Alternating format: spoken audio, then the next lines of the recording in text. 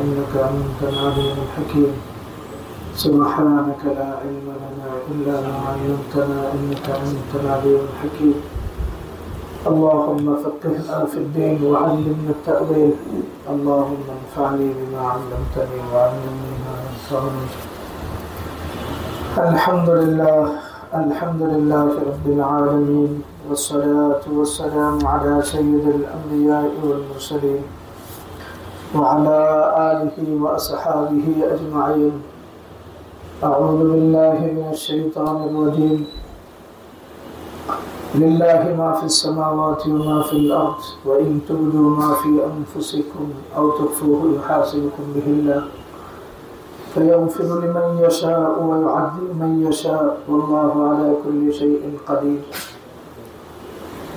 آمن الرسول بما أنزل إليه من ربه والمؤمنون كل آمن بالله وملائكته وكتبه ورسله لا نفرق بين أحد من رسله وقالوا سمعنا وأطعنا غفرانك ربنا وإليك المصير لا يكلف الله نفسا إلا وسعها ولها ما كسبت وعليها ما اكتسبت ربنا لا تؤاخذنا إن نسينا أو أخطأنا ربنا ولا تحمل علينا إصرا كما حملته على الذين من قبلنا ربنا ولا تحملنا ما لا طاقة لنا به واعف عنا واغفر لنا وارحمنا أنت مولانا فانصرنا على القوم الكافرين الحمد لله الله تعالى অনেক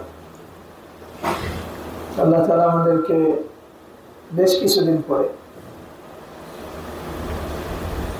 ইমানি মুজাকারা মজলিসে বসার তৌফিক দিচ্ছেন আল্লাহ তাআলা আমাদেরকে এটার কদর করার তৌফিক দান করেন আমিন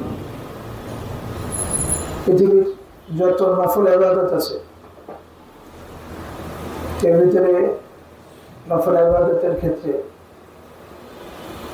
নফল নামাজের বিষয়ে আমরা তো জানি নফল নামাজের কত ফজিলত এই নফল নামাজের ভিতরে আবার তাহাজ্জুদের ফজিলত সবচেয়ে বেশি আর এই হাজার রাকাত নফল নামাজের চেয়ে আমরা যে একসাথে বসি এটার গুরুত্ব আরো বেশি কি বললাম হাজার রাকাত বর্ণনা সহি ইলমের অধ্যায় শিখা এটা ইমানি মুজাকারা বলেন দ্বীনি মুজাকারা বলেন একই জিনিস এটা হাজার রাকাত নফল নামাজের চেয়ে এটার ফায়দা হাজার রাকাত নফলের চেয়ে বেশি এটা হাজার রাকাত নফল নামাজের চেয়ে বেশি কেন এটা মানুষের জীবনকে সংশোধন করে মানুষের জীবনের দিনকে প্রতিষ্ঠিত করে মানুষকে আল্লাহর সাথে যুক্ত করে মুজাকারা না থাকলে আমরা যেই নামাজ পড়ি যে উমরা করি যে হজ করি মুজাকারা যুক্ত হজ আর উমরা আর মুজাকারা মুক্ত দুটার ভিতরে আকাশ পাতাল ব্যবধান অনেক ব্যবধান এটা আপনাকে হজ আর উমরার আগে কাফেলা দেখে যারা হজ আর উমরা আলোচনা করে যায় এদের গুরুত্ব অন্যরকম যে কোনো দিনই কাজের আগে ওই দিনই কাজটা যে আপনি করতে চাইতেছেন এটা যদি একসাথে বসে আলোচনা করা হয় তাহলে ওটার গুরুত্ব অনেক বাড়তে থাকে শক্তি যোগায় প্রত্যেকটা কাজের ক্ষেত্রে ইমানি মুজাকারা মানুষের দিলের ভিতরে শয়তান বিভিন্ন কথা জাগাইতে থাকে জাগে না মানুষের বিভিন্ন কথা দিলের ভিতরে জাগতে থাকে মানুষ শয়তানের এই সমস্ত কথা জাগার পাশাপাশি মানুষের দিলের ভিতরে আরো যে বিষয়গুলো স্থান করে সেটা হলো তার পরিকল্পনা কল্পনা দুটা ভিন্ন জিনিস পরিকল্পনা মানে দুনিয়া নিয়ে এসে বিভিন্ন পরিকল্পনা করে কেমনে দোকান সাজাবো কেমনে ঘর সাজাবো কেমনে বাড়ি সাজাবো এটা পরিকল্পনা আর কল্পনা মানে হলো হয়তো কোনো নারীর কল্পনা করে হয়তো কোনো একটা সামনে কোনো কিছু পরে ওটার কল্পনা করে খেলার কল্পনা করে এটা হলো কল্পনা এটা অটোমেটিক তাহলে মানুষের জীবনের ভিতরে যেই প্রভাবগুলো দিলের ভিতরে শয়তানের পক্ষ থেকে আসে আর যা মানুষ পরিকল্পনা করে অথবা কল্পনা করে এটার দ্বারা দিলের ভিতরে মারাত্মক ধরনের জখম পয়দা কি পয়দা হয় জখম এটা এমন করে মানে মাইকটার আওয়াজ এমন কেন? হ্যাঁ, একটু দূরে যেতে হবে। আচ্ছা আচ্ছা, তো যেই কথা বলতেছিলাম, লোক কই মাইকে নাই, কোনো মাইকের লোক আসেনি? আচ্ছা যাই হোক, আমরা যেই কথা বলতেছি এত আওয়াজ নেই, আমার আওয়াজের চেয়ে যদি ওর আওয়াজই বেশি হয় তাতে সমস্যা। কই কেউ নাই মাইকের বিষয়ে? কমাই দিছ? কে কমাইছে? তুই? আচ্ছা থাকো।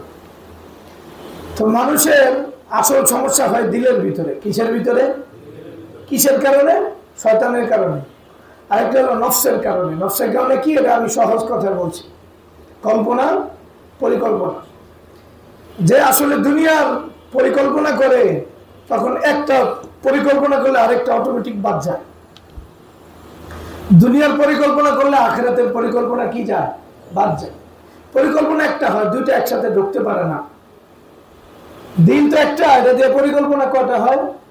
একটা হয়। যখন মানুষ কোনো কিছু পরিকল্পনা করে তখন এই আরেকটা বাদ যায়, আখিরাতের পরিকল্পনা বাদ যায়, একমাত্র দুনিয়ার পরিকল্পনা থাকে। আরেকটা হলো কল্পনা। মানুষের কল্পনাগুলো পরিকল্পনা অনুযায়ী হয়। কি বললাম? আবার আপনার সাথে বলেন, কল্পনাগুলো আপনার যেমন পরিকল্পনা, কল্পনা এমনই হবে। আপনি এটা স্বপ্ন দেখবেন, বাড়ি বানাইতেছেন, গাড়ি বানাইতেছেন, আড্ডা দিতেছেন, দৌড়াইতেছেন। তাহলে একসাথে তিনটা বিষয় দিলের ভিতরে প্রভাব সৃষ্টি করতেছে, শয়তান আর নফসের পরিকল্পনা আর কল্পনা একসাথে আঘাত করতেছে। তখন আপনি যে আসলে সত্যিকার অর্থে কোন মতবার ভিতরে দ্বীনি কথা শুনছিলেন, ইমানি কথা শুনছিলেন, তখন আপনি একটা জান্নাতকে কল্পনা করছেন, জাহান্নাম থেকে বাঁচার কল্পনা করছেন, আল্লাহর প্রিয় হওয়ার কল্পনা করছেন, এর জন্য ভালো কাজ করবেন এমন পরিকল্পনা করছেন। পরবর্তীতে দুনিয়ার পরিকল্পনা আইসা, দুনিয়ার কল্পনা আইসা আপনার আসল পরিকল্পনা থেকে সরাই দিচ্ছে। এই জন্য এই দ্বীনি ইমানি মুযাকারা মজলিস থেকে যাওয়ার পরে কিছুদিন আপনার যেই পরিমাণ আন্তরিকতা দ্বীনের প্রতি থাকে, ধীরে ধীরে এটা ফিউজ হয়ে যায়, ধীরে ধীরে এটা কমে যায়।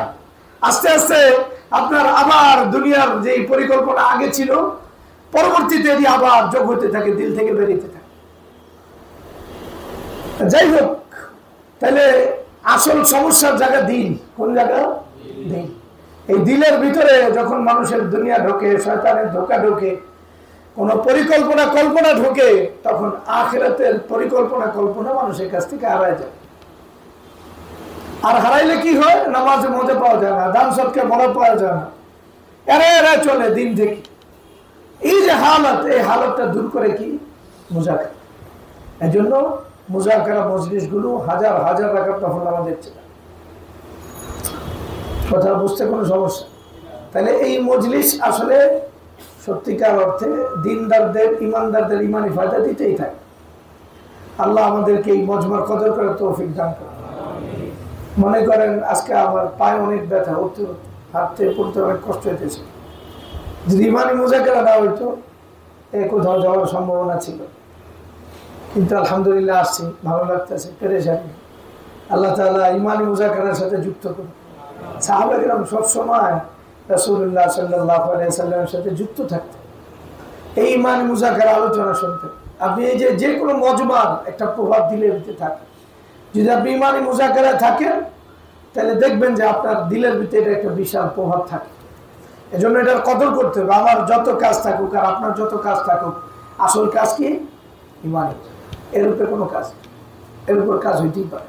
এই কাজকে ধরে রাখতে মনে করে। আমরা একটা সহজ উদাহরণ, যেটা যুবকরা বেশি বুঝি। একজন যুবক জিহাদি আলোচনা শোনে নেয়, আরেকজন শুনছে, দুজনের ভিতরে ব্যবধান আছে না? নাই? আছে না? দেখে যে শোনে নাই জিহাদি আলোচনা, হয় কি জীবন দিতে তৈরি থাকবো? হ্যাঁ, বড় ভাই মনে করো দূর, এটা কাম নেই, খেয়াল নেই, জীবন দিতে উকিল লেগে, আমি দুনিয়াতে আইসি কি করতে, দেওয়াই লাগে তাইসি কি করতে, ওর কাছে এটা অর্থহীন মনে। আর যে জিহাদি আলোচনা শুনছে ওর মনে যদি জীবনে দিতে না পারি তাহলে লাভ হইল কি? লাভ হইল কি? তাইলে ঠিক যারা তাবলিগে যায়, তাবলিগে যারা না যায় ব্যবধান, যারা যায় না এটা আলোচনা শুনে নেয়, তাবলিগের গুরুত্ব জানে না, এদেরকে যে আপনি তাবলিগ মানে এরা যে শোনে নাই তাবলিগে যাওয়ার এদের কাছে গুরুত্ব নেই। কাম নাই খেয়ালে সন্তানাদি এটি পালা ফরজ না, এটি 4 মাস যাইয়া এই সন্তান দিয়ে যাওয়া কি উচিত? এটা ওর কাছে মনে হয়। আর যে 3 চিল্লা গেছে ওর মনে হয় না এটা তো সালের পর সাল যাওয়া দরকার, কারণ এটার আলোচনা শুনছে। যারা পিসাবুর কাছে যায় না কেউ দূরে পিনমুড়ি দিতে কি আর ওর কোনো এটার কোনো পাত্তাই নেই। আর যে পিসাবের কাছে গেছে সেগুলো হাই হ্যাঁ, এই এটা ছাড়া তো মুক্তির কোনো পথ নাই। আমার কথা কি বাস্তব কিনা? কেন আলোচনা তার ভিতরে প্রভাবিত করছে। পৃথিবীতে আল্লাহ তাআলা প্রত্যেক নবীকে আলোচক বানাইছেন, দায়ী বানাইছেন, বক্তা বানাইছেন। কি বানাইছেন? বক্তা কর্মেলা যতই গেলেন আসল মানুষের জীবনে রেখাপাত বই ঠই এই সব কিছুর চেয়ে বক্তা মানে প্রভাব অনেক বেশি। পৃথিবীতে এই যে মিডিয়াগুলো মানুষের মেন্টালিটি গুলো ঘুরে দিছে, চিন্তা চেতনা ঘুরে দিছে, দিন ইমান থেকে সরাইয়া বেঈমানির ভিতরে চিন্তা চেতনা গুলো নিয়ে আসছে। এই প্রভাব বিস্তারের জন্য হাতে হাতে মোবাইল। যত মিডিয়া শক্তিশালী হয়েছে তত বেশি আমাদের ইমান দুর্বল হয়েছে। কারণ আমরা ইমান নিয়ে ওই পরিমাণ গবেষণা বা থাকা হয় না যেই পরিমাণ মোবাইলে থাকা হয়, খবর আদি দেখা হয় কি হয় না। তাহলে সারাদিনের চর্চা খবর কি হয়েছে না হয়েছে, চর্চা তো আর খবর নাই। যখন চর্চাটা কি থাকে, খবর থাকে, তখন দিল উর্বর থাকে। আর চর্চাটা যদি খবর হয় তখন দিল নষ্ট হয়। যাই হোক, যে কথা বলতেছিলাম, মিডিয়াগুলো কি করে আপনার কাছে বিভিন্ন দাওয়াত পেশ করে, এটা না নায়ক নায়িকারা বিভিন্ন দাওয়াত পেশ করে, খেলোয়াড়রা বিভিন্ন দাওয়াত পেশ করে, বিভিন্ন বুদ্ধিজীবীরা বিভিন্ন দাওয়াত পেশ করে, বিভিন্ন ভাবে বিভিন্ন দাওয়াত কার মাধ্যমে আসে? খেলার দাওয়াত, নাটকের দাওয়াত, সিনেমার দাওয়াত, জুয়ার দাওয়াত, সব দাওয়াত কিসের মাধ্যমে আসে? এজন্য পৃথিবীতে যারাই কোনো কাজ করতে চায়, কাজ করার জন্য তারা সবচেয়ে বেশি মিডিয়াকে ব্যবহার করে। মিডিয়া শক্তিশালী বিষয়। এই ভয়ানক একটা মিডিয়া, সবচেয়ে বড় মিডিয়া। কি শুনেছে?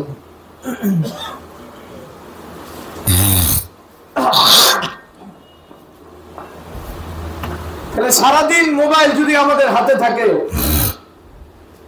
সারাদিন যদি সেকুলার যারা এদের কথা আমাদের দিলের ভিতরে বাঁচতে থাকে, তাহলে হিসাবে দরকার ছিল সারাদিন ইমানি আলোচনা শোনা। অন্তত পক্ষে 12 ঘন্টা সেকুলারদের কথা শুনলে 12 ঘন্টা ইমানদারদের কথা শোনা দরকার ছিল কি ছিল? ছিল তো। কিন্তু আসলে কি আমাদের দিলের ভিতরে এই জজবা আছে নেই সত্যিকার অর্থে 12 ঘন্টা ইমানি আলোচনা শুনবো? নাই নাই নাই। তাহলে কি করা যায়? ইন টোটালি সেকুলারদের কথা শোনা বন্ধ করে দেওয়া। সেকুলারদের কথা শুনলে সত্যিকার অর্থে এটার প্রভাব আপনার জীবনে আসবে। আর যদি আপনি শুনতে চান, তাহলে সেকুলাররা ভুল কোনটা বলছে ওটা নির্ণয়ের জন্য যদি শুনতে পারেন, ওই যোগ্যতা যদি আপনার হয় যে সেকুলারদের ভুলটা আপনারা ঠিক করতে পারেন, তাহলে শোনেন, তার কোনো আপত্তি নেই, এতটুকু অনুমতি আছে। কিন্তু ভুলটা বোঝা এত সহজ, ভুলটা বোঝা কি না এত সহজ, এটা কেমন বুঝবেন আপনার ভুলটা? কারণ আমাদেরকে নষ্ট করার জন্য যেই মিডিয়াগুলো ইউজ করা হয়, এটা দ্বীনের নামে ইউজ করা হয়। যে আইমান হজের কথা বলতেছিল, কথা বলে কেনা আইমান হজের কথা বলতেছিল না, আমরা বুঝে হজের ভিতরে বিষয়গুলো একটু বুঝে। মনে করে একসাথে অনেকগুলো নারী ইন্দোনেশিয়া থেকে আসে, পুরুষ 2-1 থাকে, একজনের হাতে দোয়ার বই নেই, আর বিভিন্ন জায়গা থেকে একজনে দোয়া করে, আর সবাই জোরে জোরে সব নারীরা দোয়া করতে থাকে। এখন হয়তো দিনের ফেলেবার এটা শিখাই দিছে, তুমি যত জোরে কথা বলবো তত লাভ। পরে জোরে জোরে কোন মেয়ের জোরে কণ্ঠে আওয়াজ যায় সেটা তো অনুমোদন করে, কিন্তু এটা দিনের নামে হইতেছে। ওরা একসাথে সবাই হজ উমরা করে জান্নাতে যাওয়ার স্বপ্ন দেখতেছে। আসলে খাতায় কি জান্নাত লেখা হইতেছে? বলেন আপনি, জান্নাত লেখা হইতেছে, একসাথে সবাই গল্প করতেছে। কেন? এটা হজে আছে, সবকিছু মাফ হয়ে গেছে, এটা নিয়ে আর কোনো কি নাই, টেনশন নেই। যারা হজ আর উমরা গেছেন দেখবেন। তাহলে এই যে এদেরকে যারা নিয়ে আসছে, এরা আসলে বয়ান দিয়ে আনছে ফজিলত।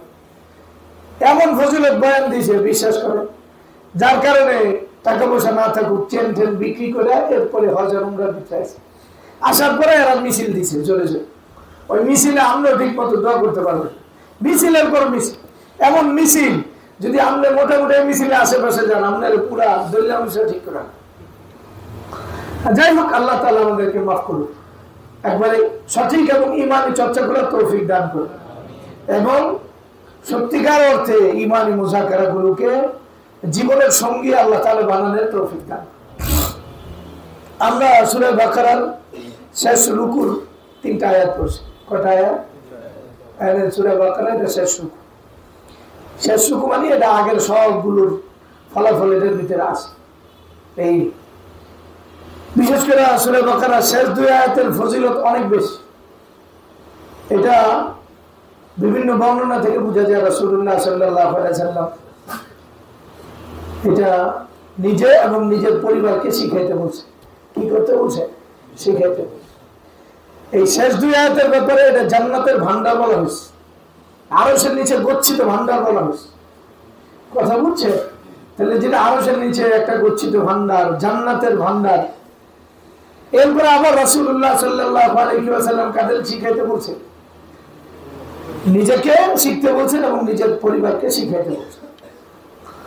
এই জন্য সূরা বাকারার শেষ 2 আয়াত অনেক গুরুত্বপূর্ণ। আমরা যেহেতু আলোচনা মূল শুরু হয়েছে 3 আয়াত থেকে, এই জন্য আমরা 3 আয়াত মানে প্রথম আয়াতকে যুক্ত করছি, 3টা আয়াতে আলোচনা করছি। আলোচনাটা একটু মনোযোগ দিয়ে বোঝার চেষ্টা করি। আলোচনা হয়েছে দিলের বিষয় নিয়ে। কিসের বিষয় নিয়ে? লিল্লাহি মা ফিস সামাওয়াতি ওয়া মা ফিল আরদ। আল্লাহ বলতেছে আসমান আর জমিনে যা আছে এটা রাজত্ব কার? এটা মানতে আর কারণে। ওয়া ইন তুবদু মা ফি আনফুসিকুম, তোমাদের দিলে যা আছে এটা তোমরা প্রকাশ করো অথবা গোপন করো, ইউহাসিরুকুম বিহিল্লাহ, আল্লাহ এটা হিসাব নেবে।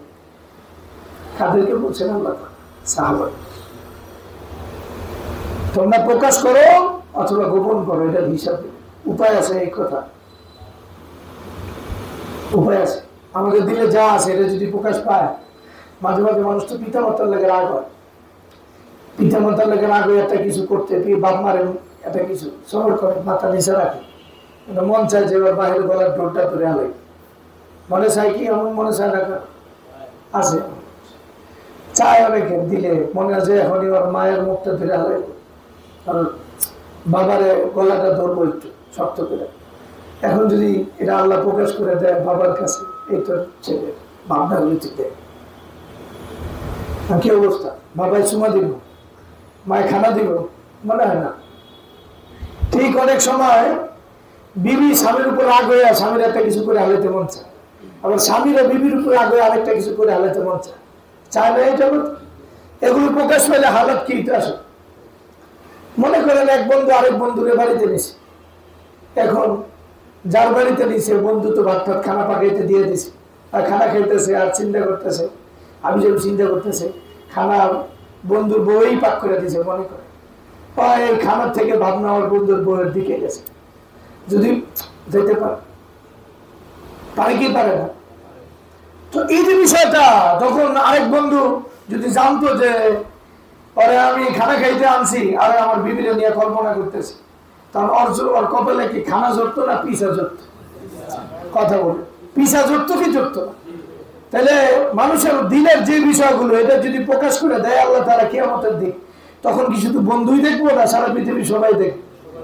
হিসাব বিপদ আল্লাহ সবার সামনে। বিষয়টা তো জটিল, এটা তো হালকা বিষয় না, অনেক জটিল বিষয়। এই পেরেশানি আবার আল্লাহ যে শব্দ বলছেন এই ইন তুবদু মা ফি আনফুসিকুম, এটা প্রথম অর্থ হয় সাহাবা, তোমরা তোমাদের দিলের যা কিছু প্রকাশ করো অথবা গোপন করো, ইউহাসিরুকুম বিহিল্লাহ, আল্লাহ এটার হিসাব নেবে। আল্লাহ কি নেবে? পেরেশানি। ফায়াগফিরু লিমান ইয়াশাউ ওয়া ইউআযযিবু মান ইয়াশা, আল্লাহ চাইলে কাউকে মাফ করতে পারে কিন্তু চাইলে কাউকে সাজা দিতে পারে। তাইলে হিসাব নেওয়ার পরে এটা আল্লাহর ইচ্ছে, হিসাবটা তো নিবে। এরপর আল্লাহ কাউকে মাফও করতে পারে, কাউকে সাজাও দিতে পারে। এখন এসব ক্ষেত্রে যেখানে আল্লাহ বলেন আল্লাহ মাফ করতে পারেন, সাজাও দিতে পারে, এখানে সব সময় মনে রাখতে হয় সাজার কথা মনে রাখতে। কিসের কথা মনে রাখতে হয়? মাফের কথা না, কিসের কথা? সাজার। যেখানে ব্যবসার লস হওয়ার সম্ভাবনা আছে এখানে লাভটা মনে রাখতে হয় না, সেখানে লসটাই মনে রাখতে হয়। যেখানে বিপদের আশঙ্কা আছে আর ভালো কিছুর আশঙ্কা আছে ওখানে বিপদটা মনে রাখতে হয়। ঠিক আল্লাহ তাআলা যে সাজা দিবেন এবং মাফ করবেন, আল্লাহ বাক্য শেষ করছেন কি করে? ওই আযিবু মাইয়াস, আল্লাহ চাইলে কি করতে পারে। তার মানে দিলে এই ভয় থাকতে হবে, আমার দিলের ভিতরে যে কল্পনা পরিকল্পনাগুলো যা আসে এটা আল্লাহ হিসাব নেবে। আল্লাহ কি নেবে? এরপর আল্লাহ বলতেছেন ওয়াল্লাহু আলা কুল্লি শাইইন কাদির, আল্লাহ সব কিছু করতে পারেন। তোমার দিলে যা আছে দুনিয়ার সবাই সবকিছু বের করতে পারবে না, দুনিয়ার মানুষের জন্য সম্ভব না, কিন্তু আল্লাহ তাআলা এটা করে দেখেন, এটা আল্লাহ করতে পারে। আল্লাহ সবকিছু করতে।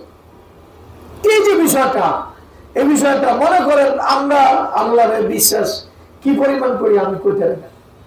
সাহাবারা তো বিশ্বাস করে পুরোপুরি। সাহাবারা তো বুঝে যে ঘটনা সত্য, কিয়ামতের দিন আমার দিলের সব কথাগুলো আল্লাহ তাআলা হিসাব দিবেন। বিষয়টা জটিল। আমরা হয়তো বয়ান শুনি, কিন্তু ওই পরিমাণ আল্লাহর সামনে একদিন দাঁড়াইতে হইব, হিসাব দিতে হইব, ওই পরিমাণ মনোভাব সাহাবাদের মতো এখনো অনেকের তৈরি হয়। ওই ভাবনাগুলো নাই। সাহাবারা এই আলোচনা শোনার সাথে সাথে তারা ওই বাস্তব জগতে চলে গেছেন যে আল্লাহর সামনে আমি দাঁড়ায় রয়েছি, দাঁড়ানোর পরে আমার কি কি ঝামেলা সব আল্লাহ সবার সামনে বলতেছে, এই একটা ধারণা সাহাবাদের ভিতরে চলে আসে। কোরআনকে জীবনে প্রতিষ্ঠিত করার জন্য এই ভাবনা সবচেয়ে বেশি গুরুত্বপূর্ণ। যখনই আপনি কোরআনের আয়াতগুলো পড়বেন তখনই নিজেকে কোরআন যে বর্ণনা দিছে ওই বর্ণনায় নিজেকে কল্পনা করবেন, ওই বর্ণনা কল্পনা করবেন। একটু আমরা বুঝানোর জন্য একটা আয়াত আলোচনা করি, আপনি একটু কল্পনার জগৎটা একটু শানিত করার জন্য। অবশ্যই আল্লাহ তাআলা ফাইল্লাম তাফআলু ওয়া লাম তাফআলু ফাত্তাকুন নার আল্লাতী ওয়াকুদুহা আন-নাস ওয়াল হিজাব। এর একটা আলোচনা এমন। আর কাফেরদেরকে আল্লাহ হুঁশিয়ারি দিয়েছে। কাদেরকে? কাফের। আল্লাহ বলছেন ওই আগুনকে ভয় করো যার ইন্ধন হবে মানুষ এবং পাথর। ইন্ধন হবে কি? একটা তরজমা আপনি পড়ছেন, এটা আপনার কোরআনের মর্মটা দিলের ভিতরে আঘাত করবে না, চলে, কিন্তু মর্মটার জায়গায় আপনাকে যাইতে হবে। কোন জায়গায়? আল্লাহ যেই জায়গার কথা বলছেন যে জাহান্নাম, আগে যতটুকু আগুন ছিল জাহান্নামের ওটা আগুনই না, তুমি যাওয়ার পরে ওই আগুনটা জ্বলতেছে আরো বেশি। তুমি হলো ইন্ধন। লাকড়ির ভিতরে দেখেন যে আমরা মেজবাতি যে জ্বালাই, আগুনের উৎস আমি। আমরা যেমন ধারণা করি আগুনের উৎস জাহান্নামের আগুন, এতবার আল্লাহ পুরাইছে, পুরাইয়া জ্বালাইতে জ্বালাইতে এটা একবারে হাজার হাজার বছর পুরাইয়া এটা এমন নীল আগুন বানানো হয়েছে, এটা আমরা শুনছি কি শুনি নাই? তাহলে ওই যে এত ভয়ঙ্কর আগুন, কিন্তু ওই আগুন আমার থেকে তৈরি হইতেছে, আমি হলো ওই আগুনের উৎস। আমার চোখ গুনাহ করছে, আমার চোখ থেকে ওই আগুন ছিটকে বেরিয়েছে। অন্য জাহান্নামীরা আমার আগুন দিয়ে, আমার চোখের আগুন দিয়ে পড়তেছে, আমার জবান দিয়ে আগুন বেরিয়েছে। অন্য জাহান্নামীরা পড়তেছে আমার হাতের গুনাহ থেকে, হাত থেকে গুনাহ হয়েছে, এই হাত থেকে আগুন বের হইতেছে, আমার পেট থেকে আগুন বেরিয়েছে, আমার প্রত্যেকটা একবারে শরীরের অঙ্গ প্রত্যঙ্গ যত জায়গা থেকে গুনাহ হয়েছে সব জায়গা থেকে জাহান্নামের যে আগুন, এই আগুন তৈরি হইতেছে, সবাই ছেঁকা দিতেছে। আপনি যখন আয়াতটা কি আঙ্গিকে পড়বেন, আল্লাহ ওয়াকুদুহান নাস, এটার এক নম্বর ইন্ধন হলো মানুষ। তোর চোখ থেকে আগুন বেরিয়ে উৎস বেরিয়ে, জাহান্নাম তোর চোখের কারণে জ্বলবে, জাহান্নাম তোর জবানের কারণে জ্বলবে, জাহান্নাম তোর হাতের কারণে জ্বলবে, জাহান্নাম তোর পায়ের কারণে জ্বলবে, জাহান্নাম তোর আয়ের কারণে জ্বলবে, জাহান্নাম তোর ব্যয়ের কারণে জ্বলবে। তুই যা করছিস, তুই এই দেহ দিয়া তোর দেহের প্রত্যেকটা জায়গা থেকে আগুন জ্বলতে থাকে। আগুনের উৎস, তাহলে আগুন নিভবে কোথা থেকে? জাহান্নামের আগুন যদি নিভাই যাইতে চায়, নিভতে পারবো যতক্ষণ আপনি জাহান্নামে থাকবেন? সম্ভব? কারণ আপনি আগুনকে জ্বালাবেন, নিভানের কোন জায়গা। তাহলে এরপরে আল্লাহ কার কথা আনছেন? কয়লার কথা আনছেন। কিসের কথা? পাথরের কথা। কয়লা এটা হাজার হাজার বছর জ্বলে। কিসের বছর? তুমি ঘুমাও নেই, খবরদার। একটু ভালো করে বোঝেন, যদি কোরআন বুঝতে হয়, যদি আয়াতে এইভাবেই পড়েন জাহান্নামের ইন্ধন হবে মানুষ, এটা আপনার জীবনে পরিবর্তন করতে হবে। আর যদি আপনি চিন্তা করেন, আপনি রাত্রি মোবাইল নিয়ে যে গুনাহগুলি করছেন, ওটা যদি আল্লাহর কাছে মাফ না করতে পারেন, তাহলে আপনার চোখ থেকে একদিন আগুন পুরা জাহান্নাম দাউ দাউ করে জাহান্নামের আগুন বাড়তে থাকবো। আপনি দেখছেন বারুদ যদি ফালানো হয় কিভাবে চলে, কথা বলে না দেখলে কিছু মেজবেতে একসাথে জমা করে অথবা বারুদ কিনে ঢাললে কি পরিমাণ আগুন কত উপরে বেড়ে যায় আপনি দেখেন, কত স্পিডে বাড়ে এবং আগুনের তাপ কত লেলিয়ার থেকে বাড়তে থাকে। তাহলে জাহান্নামের আগুন যত ভয়ঙ্কর হোক আপনার চোখের চেয়ে বেশি ভয়ঙ্কর, এর চেয়ে বেশি ভয়ঙ্কর। আপনি যেই চোখকে গুনার জন্য আপনি তৈরি করছেন, এই চোখ জাহান্নামের আগুনের চেয়ে অসম্ভব ভয়ঙ্কর। আপনার জবান গীবত করছে, অন্যায় কথা বলছে, আপনার এই জবান জাহান্নামের আগুন চেয়ে ভয়ঙ্কর। আপনার কান যত অন্যায় কথা শুনছে, এটা জাহান্নামের আগুনের চেয়ে ভয়ঙ্কর। আপনার হাত দ্বারা যত গুনাহ করছেন, এই হাত জাহান্নামের আগুনের চেয়ে ভয়ঙ্কর। আপনার কদম আরো ভয়ঙ্কর, আপনার পেট আরো ভয়ঙ্কর, আপনার প্রত্যেকটা অঙ্গ প্রত্যঙ্গ আরো বেশি ভয়ঙ্কর। আল্লাহ পুরা মানুষকে বলছেন ইন্ধন, আপনার পুরা জায়গার একটা বারুদ, এটা দিয়ে জাহান্নাম জ্বলতে থাকে, জ্বলতে থাকে। তাহলে আপনি যখন এই আয়াত পড়বেন, আয়াতের ভিতরে এটা আসতে হবে যে আপনি নিজেকে কল্পনা করে, আল্লাহ এই আয়াত বলছে জাহান্নামের কথা শোনার পরে আপনার চোখকে জাহান্নাম থেকে বাঁচানোর চিন্তা করবে, আপনার জবানকে বাঁচানোর চিন্তা করবেন, হাতকে বাঁচানোর চিন্তা করবেন, যেটাই গুনায় জড়িত সব কিছু জড়াইতে। বিশ্বাস করেন জাহান্নামের আগুন এই জলে হলো দিল থেকে, কোত্থেকে আসল সবচেয়ে ভয়ঙ্কর। তাত্তলে আলাল আফিদা, এটা কই জায়গায় পৌঁছায়? দিলে। দিলে আবার দিল থেকে আগুন জ্বলতেছে, আগুন আল্লাহ দিল পর্যন্ত নিতেছে, আবার দিল থেকে আগুন জ্বলতেছে। চিন্তা কি ভয়ঙ্কর অবস্থা। যাক, এই ভাই ঘুমায় নেই, না ঘুমান যাব, ঘুমানোটা মুশকিল। তো যাই হোক, আমি বললাম কোরআন বস্তু হলে কোথায় নিতে হবে নিজেকে? কোরআন যেই জায়গার বিবরণী দিছে ওই জায়গায় নিজেকে নিয়ে যেতে। যদি ওই জায়গায় নিতে না পারেন, তাহলে কোরআনটা আপনার কাছে একটা মনে হবে আর কি, একটু শুনলেন আওয়াজ, কিছুক্ষণ কান্নাকাটি করলেন, এরপরে না, এটা কোরআনের ওই আওয়াজটা আপনার থাকতে হবে। যখনই গুনাহ করবেন তখন ওই আওয়াজটা সামনে থাকতে হবে যে আমার চোখ গুনাহ করতেছে, এই চোখের আগুন আবু জাহেলের গায়ে হতে লাগবে, নমরুদের গায়ে হতে লাগবো, ফেরাউনের গায়ে লাগবো, ওরা তখন আমার তিরস্কার করবো, তোর আগুনে আমি জ্বলতেছি, ওরা আমার তিরস্কার করবো। দুই জায়গা জাহান্নামে শুধু মানুষ জ্বলবে এমন না, একজন আরেকজনের তিরস্কার করতে থাকবো, একজন আরেকজনের উপর আক্রোশে ফেটে পড়বো। কিসে ফেটে পড়বো? আক্রোশ। জাহান্নামেরও আক্রোশ, ফেরেশতাদের আক্রোশ, জাহান্নামে একজন আরেকজনের আক্রোশ। আক্রোশ বুঝেন? আক্রোশ আর রাগ এক জিনিস না, আক্রোশ আলাদা আছে। আক্রোশ মানে মারলে আরো বেশি মারতে মন চায়, ওর প্রতি আপনার রাগ আরো বাড়তে থাকে, এটা আক্রোশ। এটা আরবি ভাষা কা গাইস, এটা আরবি ভাষা কি কর গাইস। গাইস মানে কি? আক্রোশ। এই শব্দ থেকে যা আছে এটা থেকে আক্রোশ বোঝায়। তাকাদু তামাইয়াজু মিনাল গাইস, একবার আক্রোশে জাহান্নাম ফাইটা করতেছে, তোর লেগে আমি অপেক্ষা করতেছি, তোরে কবে সাজা দিব। সাজা দেওয়ার পরে জাহান্নাম মনে করতেছে সাজা হয় না, এটা আরো সাজা দেওয়া দরকার। জাহান্নাম আবার মনে করতেছে আরো সাজা দেওয়া দরকার, এটা আরো মনে করতেছে। জাহান্নামের ফেরেশতাদের যে বিবরণ কোরআনে আছে, ইয়াকু আনফুসাকুম ওয়া আহলিকুম নারা ওয়াকুদুহান নাসু ওয়াল হিজারাতু আলাইহা মালাইকাতুন গিলাযুন শিদাদুন লা ইয়াসুনাল্লাহা মা আমারাহু। ওই জাহান্নামী ফেরেশতাদের আক্রোশ অনেক থাকে, এদের দিন আমাদের প্রতি ভয়ঙ্কর আক্রোশে ফেটে পড়বো। ওরা চাইবো কি করতে আমাদেরকে, কি রে এটা জ্বালাইতেছে, আরো জ্বালাইতেছে, এটা মারতেছে। এই জন্য জাহান্নামের আগুন বাড়তে থাকবো, আর ফেরেশতারা যেই সাজা দিব এই সাজার পরিমাণ আরো বাড়াইতে থাকবো। ওটা সুইচ আরো জোরে চাপ দিব, এটার আগুনের স্ফুলিঙ্গ যেন আরো জোরে বাড়ে, এটা বাড়াইতে থাকবো। আবার জাহান্নামীর একজন আরেকজনকে তিরস্কার করবো, এই তিরস্কারের পরিমাণও বাড়তে থাকবে। ফাযুকু ফালান নাসিদাকুম ইল্লা আযাব। আল্লাহ সূরা নাবার ভিতরে এই কথা বলছেন, জাহান্নামীদের জন্য এই আয়াতই যথেষ্ট। এখন তোমরা জাহান্নামের স্বাদ আস্বাদন করো, ফালান নাসিদাকুম ইল্লা আযাবা, আমার পক্ষ থেকে এই প্রত্যেক মুহূর্তে তোমাদের জন্য শাস্তি বাড়তেই থাকে। তাহলে আরহামুর রাহিমিন আল্লাহর পক্ষ থেকেও শাস্তি বাড়বো, ফেরেশতাদের পক্ষ থেকে শাস্তির পরিমাণ বাড়বো, জাহান্নামের পক্ষ থেকেও শাস্তির পরিমাণ বাড়বো, জাহান্নামীদের পক্ষ থেকেও শাস্তির পরিমাণ বাড়বো। তাহলে এমন কোন জায়গা রইল যেই জায়গায় আপনার শাস্তির পরিমাণ কমার কোন সুযোগ আছে? তাহলে সব জায়গা থেকে আপনার সাজার পরিমাণ বাড়তে থাকলো।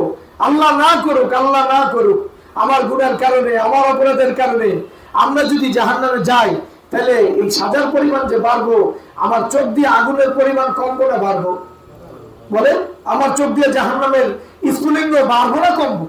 আমার জবান দিয়ে বাড়বো না কমবো? কেন আমি গুনাহ দিন দিন বাড়াইছি, আমার এই গুনার যেই সাজা এবং গুনার কারণে আমার চোখের যে অবস্থা, এই অবস্থাও দিন দিন বাড়তে থাকে। আমি অনেক বেশি জমা করছি। তাহলে কোরআনকে বুঝতে হলে কোথায় যেতে হবে? বাস্তবে যেতে। কোরআনের একটা বাস্তব দিক আছে। এই বাস্তবতা আর এই দিলের বাস্তবতা কাজে না লাগালে কোরআন বোঝা যাবে। কোরআনে যে ঘটনার বিবরণী, এটার মূল জায়গা হলো আখিরাত। এটার মূল জায়গা কই? আখিরাত। তো আখিরাতের কল্পনা ছাড়া আপনি কোরআনকে বললে আপনি বুঝতে পারবেন না কোরআনের মর্ম। আপনার দিলের ভিতরে আসবে না, আপনার দিলের ভিতরে কল্পনা আসবে না। ধীরে ধীরে কল্পনা করতে থাকেন। আপনার চোখ দিয়ে আগুন জ্বলতেছে, কত আগুন জ্বালাইছেন এই চোখ দিয়ে, জবান দিয়ে কত আগুন জ্বালাইছেন, যে আগুন দুনিয়া উপলব্ধি করতে পারতেছে না। কিন্তু একদিন আপনার পড়শি, আপনার সাথী, আপনার সঙ্গী কিয়ামতের দিন এই ফয়সালা হওয়ার পরে ওই আপনার আগুনে জ্বলবে আর তিরস্কার করবে, ধিক্কার করবে একজন আরেকজন। সবাই ধিক্কার করতে থাকবো। ওই দৃশ্যটা দিলের ভিতরে যখনই আনতে পারবে, তখনই আপনি বুঝবেন যে কোরআন আপনার দিলের ভিতরে প্রভাব তৈরি করবে, নচেত প্রভাব তৈরি করতে হবে। ঠিক এর বিপরীত ইমানদারদের দেখবেন জান্নাতের যত বিবরণ পান, বিবরণের ভিত্তিতে দেখবেন ওর নিয়ামত বাড়ে, ওর সৌন্দর্য বাড়ে, ওর আলো বাড়ে, ওর সব কিছু বাড়তে থাকে। কারণ ওর আল্লাহ তাআলা ওই ইবাদত বাড়াইছে, ওই নামাজ বাড়াইছে, ওই ইয়াকিন বাড়াইছে, মুযাকারা যোগ দেওয়া বাড়াইছে, দ্বীনি দায়িত্ব বাড়াইছে। এজন্য একদিকে ওর নিয়ামত বাড়তে থাকে আর জাহান্নামের সাজা বাড়তে থাকে। জাহান্নামের কি বাড়তে থাকে? সাজা। তাহলে কোরআনকে বুঝতে হলে কোথায় নিয়ে বুঝতে হবে? বাস্তব। কোরআনে যে আলোচনা, যেই জায়গার আলোচনা করে, এ বাবা আমার পিঠ একটু চলবে, পুরো পিঠ আস্তে আস্তে চলবে। আমার গেছে তো অনেকদিন পর শুল্কে, হ্যাঁ উপরে উপরে যে ঝলবে। তো কথা যেটা বলতেছি এটা বুঝতেছেন কিনা আপনি? তাহলে সাহাবাদের এটা দিলের ভিতরে ছিল। একবারে আমরা বাস্তবে যে দৃশ্যটা দেখার পরে ভয় পাই, সাহাবারা এর চেয়ে বেশি আল্লাহর সামনে দাঁড়ানোকে ভয় করতো, জাহান্নামকে ভয় করতো, কবরকে ভয় করতো। তো সাহাবাদের কাছে এই যে কথাটা, আল্লাহ চাইলে আযাব দিতে পারে, দিলের ভিতরে যা আসে এটার কারণে আল্লাহ সাজা দিতে পারে, এই কথা সাহাবাদেরকে নিয়ে গেছেন আল্লাহর সামনে। কথা বলেন, আমি আপনি না হয়তো যাই না এই কথা, ওই তওবা করুন, ইস্তেগফার করুন, সব শেষ হয়ে যাবে, এমন একটা ভাবনা লালন করছি। কিন্তু সাহাবাদের দিলের ভিত্তিকে ভাবনা ছিল। সাহাবাদের দিলের ভিতরে ছিল যে আল্লাহর সামনে দাঁড়াইয়া যদি আল্লাহ তাআলা আমার এই সব কিছু প্রকাশ করে দেয় সবার সামনে, আমার কি হাসর, আমার কি হাসর হবে। এই জন্য সাহাবায়ে কেরাম পেরেশান ছিলেন। একজন না, সব সাহাবা চলে আসছেন কার কাছে? আল্লাহ রাসূল সাল্লাল্লাহু আলাইহি ওয়াসাল্লামের কাছে। কার কাছে চলে আসে? আল্লাহ রাসূল সাল্লাল্লাহু আলাইহি ওয়াসাল্লামের কাছে সকল সাহাবা চলে আসে। কি উপায় হবে? উপায় তো একটা করতে, আমাদের তো কোনো হালত, আমাদের কি না হাল, আমরা কি এই পেরেছি। কারণ হলো, ভালো করে বোঝে, মানুষের দিলের অবস্থা দুই ধরনের। কয় ধরনের? আমলের অবস্থাও দুই ধরনের। দিলের অবস্থা দুই ধরনের মানে হলো, একটা হলো মানুষ অনিচ্ছায় কোনো কল্পনা দিলের ভিতরে চলে আসে, আরেকটা হলো ইচ্ছায় কোনো কল্পনা চলে আসে। দুইটা এক না ভিন্ন? একটা হলো অনিচ্ছায় আসা, আরেকটা কি ইচ্ছায় আসা। ইচ্ছার বিষয়টা সাহাবায়ে কেরাম মাইনা নিছে। ইচ্ছার বিষয়টা তো এটা তো আমাদের কোনো হাত নাই। মানে ইচ্ছার বিষয় তো আমরা চেষ্টা করলে সরাইতে পারবো। যেমন একটা কোনো পরিকল্পনা আমার দিলে আসছে, তো এটা আমি সরাইতে পারি। কিন্তু অনিচ্ছা যেটা আছে ওটাও যদি আল্লাহ হিসাব না, আমরা সরানো কি, আমরা বাঁচবো কি? তাহলে সাহাবাদের মূল বিষয়টা কি ছিল বলে? ইচ্ছা না অনিচ্ছা? অনিচ্ছা যেগুলো দিলের ভিতরে আছে, এগুলো যদি আল্লাহ হিসাব না দেয়, আমাদের উপায়টা তাহলে চিন্তা করেন। তাহলে ইচ্ছার বিষয়টা সাহাবায়ে কেরাম মানছেন না মানেন নাই? তাহলে ইচ্ছা যদি কোনো গুনার কথা দিলের ভিতরে আসে, তাহলে ওটা না হয় আমরা ছেড়ে দিলাম, কিন্তু অনিচ্ছা যদি আসে তাহলে আমরা কি করব? এই পেরেছে, এটা কি পেরেছে। তখন দেখেন এই আয়াত নাযিল হওয়ার পরে যখন সাহাবায়ে কেরাম রাসূলুল্লাহ সাল্লাল্লাহু আলাইহি ওয়াসাল্লামের কাছে আসেন, রাসূলুল্লাহ সাল্লাল্লাহু আলাইহি ওয়াসাল্লাম এই বিষয়ে সতর্ক করছে, ইজমালিভাবে সতর্ক করছে যে অনিচ্ছায় কোনো কিছু আসতে হলে আসলে এটার সাথে সাথে সরাইতে, এটার ব্যাপারেও মানে সিরিয়াস থাকতে হবে। এটার বিষয় কি থাকতে হবে? এটা প্রাথমিক লেভেল। এটা কি লেভেল? আয়াতের প্রাথমিক লেভেল, এটা বুঝে। এরপরে একটু ভালো করে দেখেন কোরআন যে আয়াতটা আনছেন, আমানার রাসূল বিমা উনসিলা ইলাইহি মির রাব্বিহি ওয়াল মুমিনুন, এখানে রাসূল বলতে আল্লাহ রাসূল সাল্লাল্লাহু আলাইহি ওয়াসাল্লাম। রাসূল বলতে কে? রাসূল। এখানে মুহাম্মদ বলা হয় না, কি বলা হয়েছে?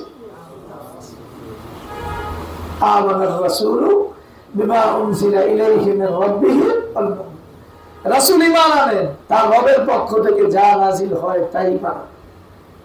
ওয়াল মুমিনুন, ঈমানদাররাও এর প্রতি মানে। তাহলে রাসূলও ঈমান আনে ওহীর প্রতি, আবার ঈমানদাররাও ওহীর প্রতি কি আনে? ঈমান আনে। কথা বুঝেন এখানে কি বোঝানোর উদ্দেশ্য? বোঝানোর উদ্দেশ্য হলো যদি আল্লাহ তাআলা দিলের ভিতরে অনিচ্ছায় কোনো কিছু আছে, এটাও যদি আল্লাহ তাআলা কাউরে পাকড়াও করতে চান, এই অধিকার আল্লাহ তাআলার আছে। এটা ঈমানদাররা রাসূলের সবাই জানে। অনিচ্ছায় কিছু আসলেও আল্লাহ চাইলে কি করতে পারেন? পাকড়াও করতে পারেন, এই অধিকার আল্লাহর আছে। এই অধিকার কার আছে? আল্লাহ এটা কি করতে পারেন? পাকড়াও করতে পারেন, এই অধিকার আল্লাহর আছে।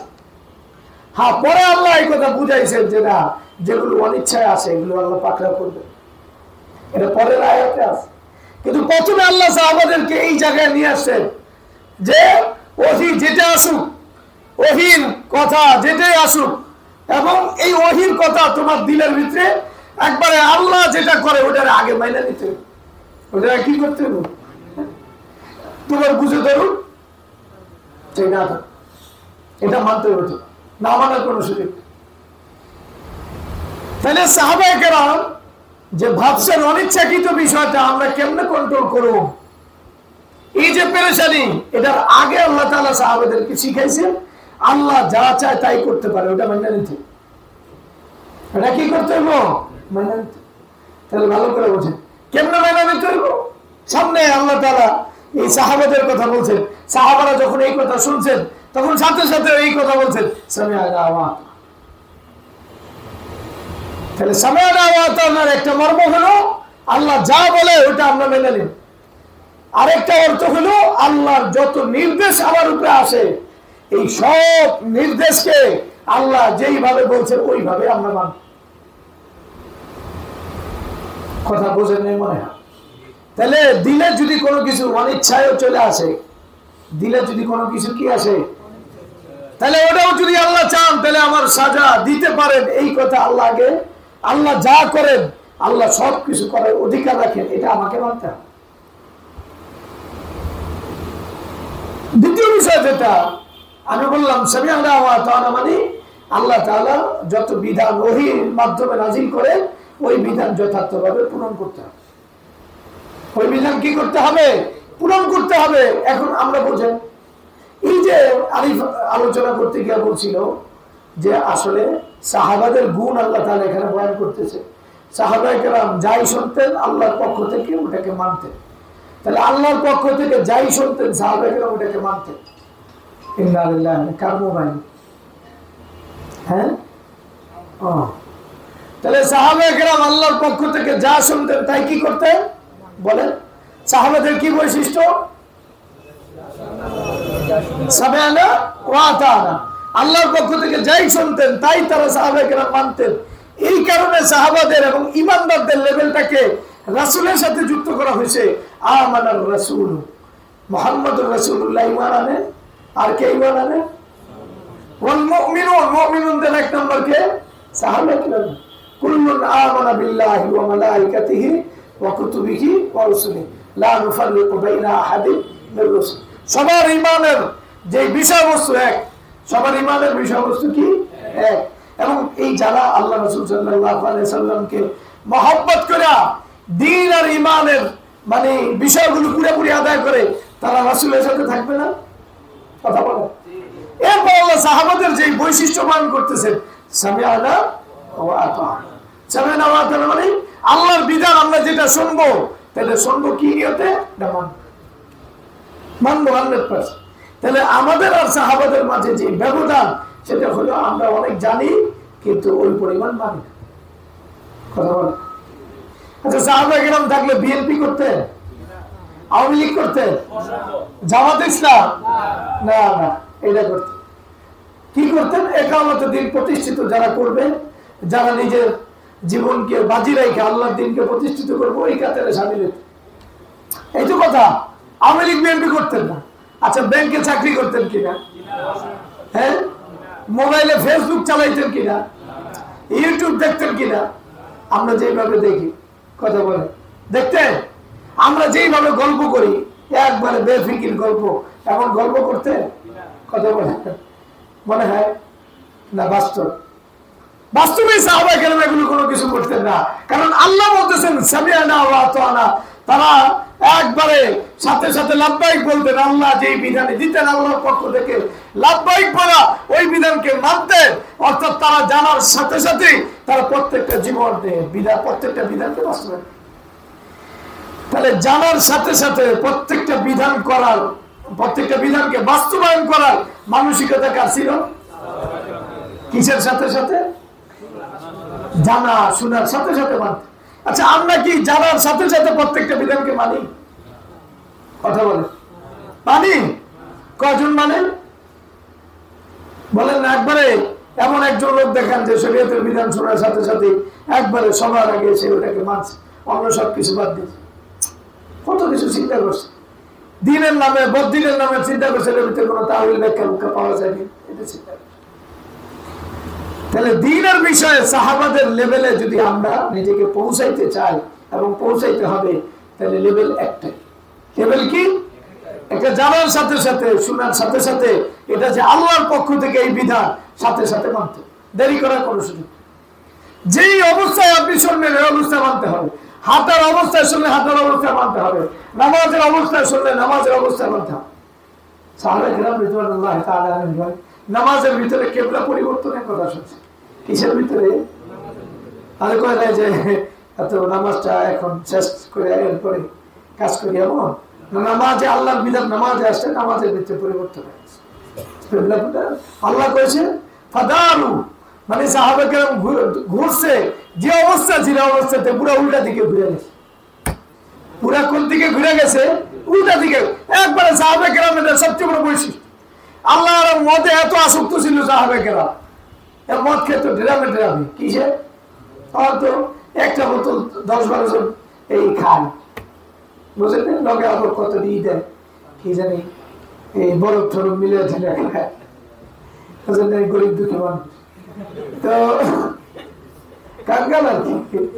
তো সাহাবায়ে কেরাম রিদওয়ানুল্লাহি তাআলা আলাইহিম ড্রামকে ড্রাম মদ থাকতো, ড্রাম ভরা ভরা কি থাকতো? মদ। তাহলে মনে করেন তাহলে এই পুরো জাতি কি পরিমাণ আসক্ত ছিল।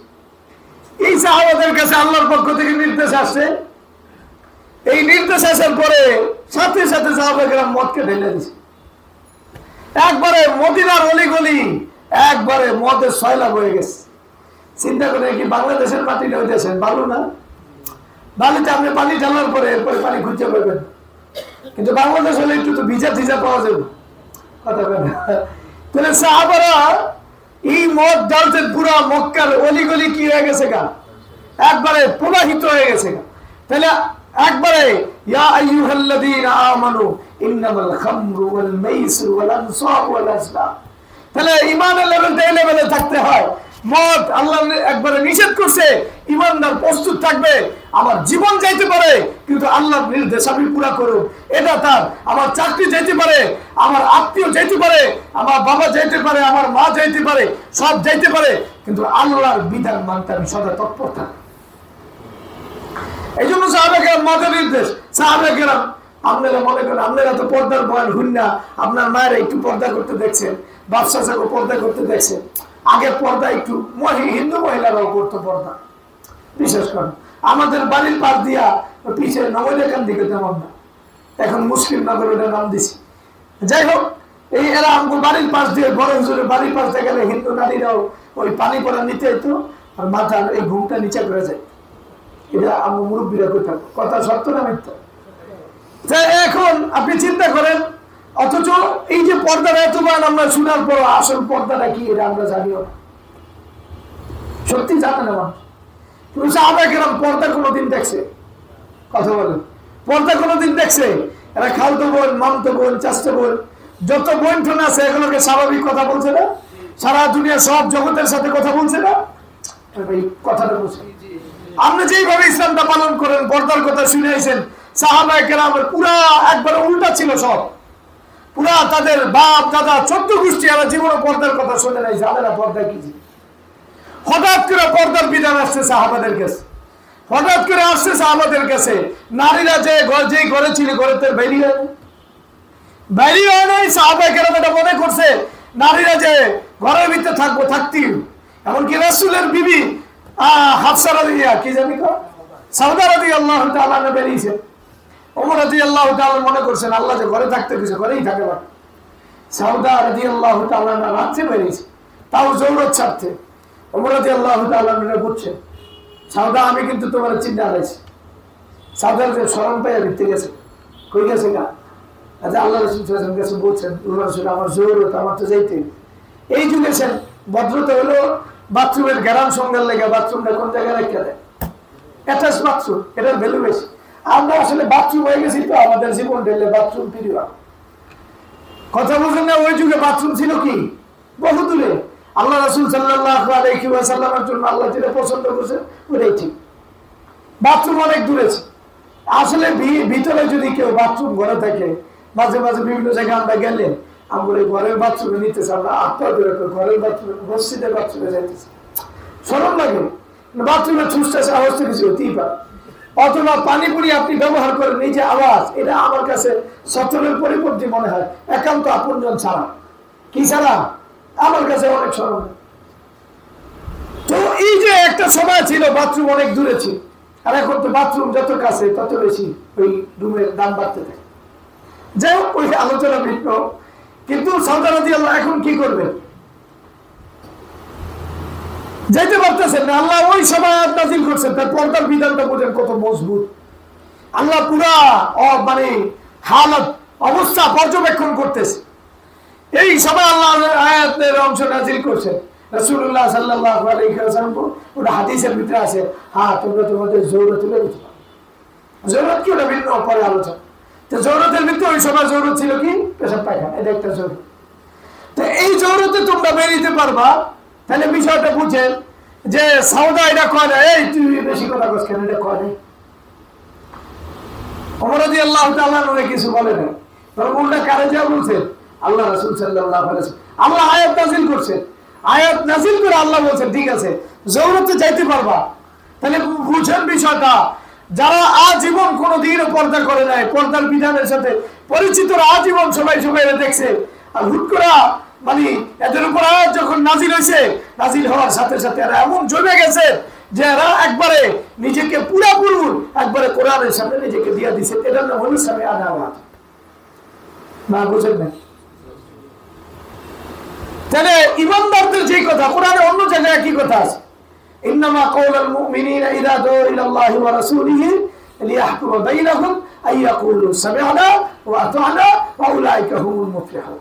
মুমিনদেরকে যখন বলা হয় আসো তোমাদের ভিতরে কোরআন এবং সুন্নাহ অনুযায়ী ফয়সালা করি, আমরা তো এটাই শুনতে তৈরি এবং এটাই মানতে তৈরি।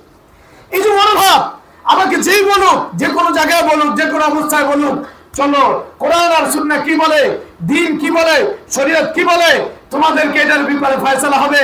ইমানদার যে কোনো অবস্থায় থাকুক, একবারে তার বিপরীতমুখী কোনো অবস্থানে থাকুক, সে এই কথা বলে, দিন থেকে বলে, বাস্তবে প্রয়োগের জন্য বলে সামি'না ওয়া আতা'না।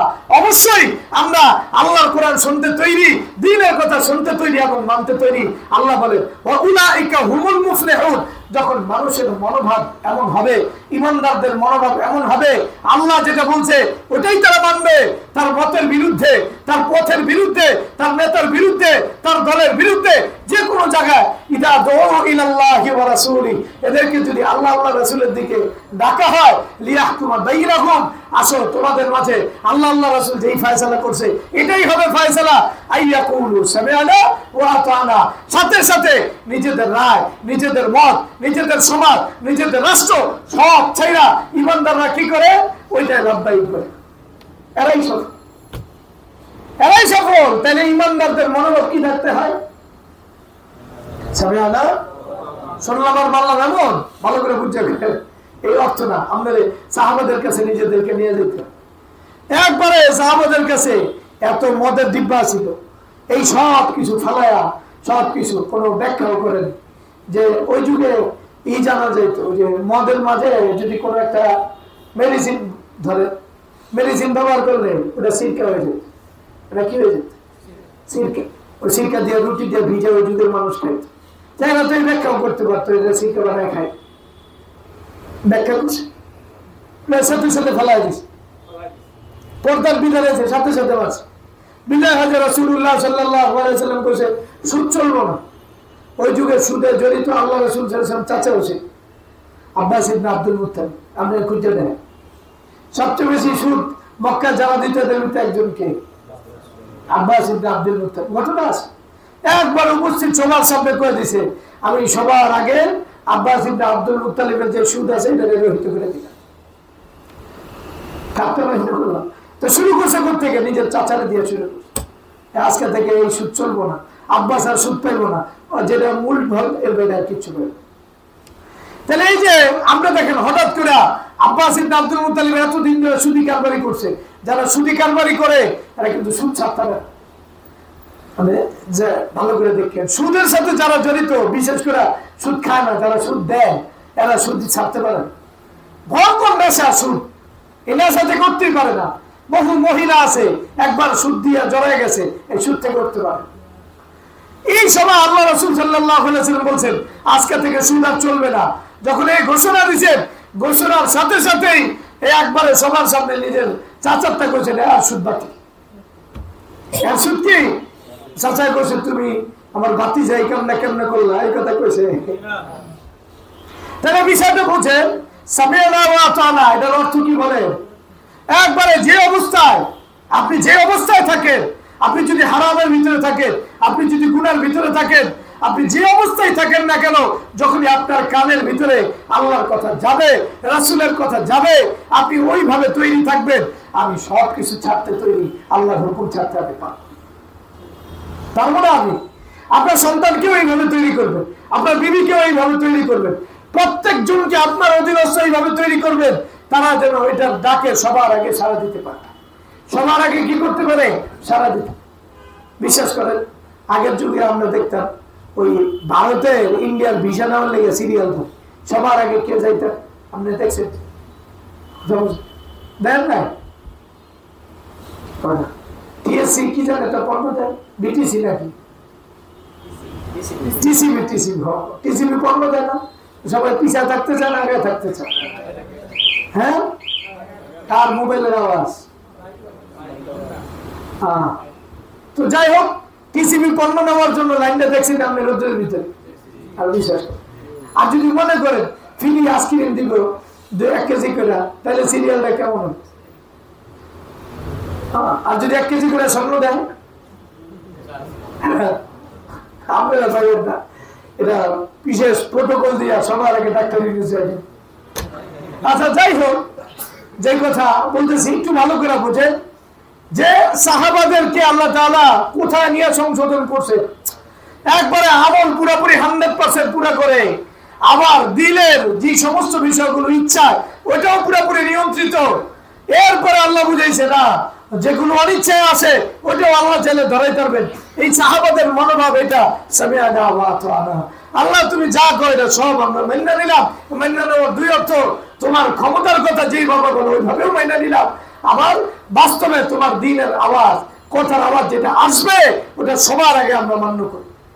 তাহলে প্রজন্ম যদি তৈরি করতে হয়, সন্তান যদি তৈরি করতে হয়, বিবিকে যদি তৈরি করতে হয়, মাকে যদি তৈরি করতে হয়, তাইলে বাস দিনের ব্যাপারে আপনি যদি এতটুকু মনোভাব তৈরি করতে পারেন, দিনের কথা শোনার সাথে সাথে সবার আগে সবকিছু থেকে মনে করেন আমাদের একজনের মোবাইল দেখতেছে, তাহলে এমন আর গুণা জানের পরে দেখতেছে।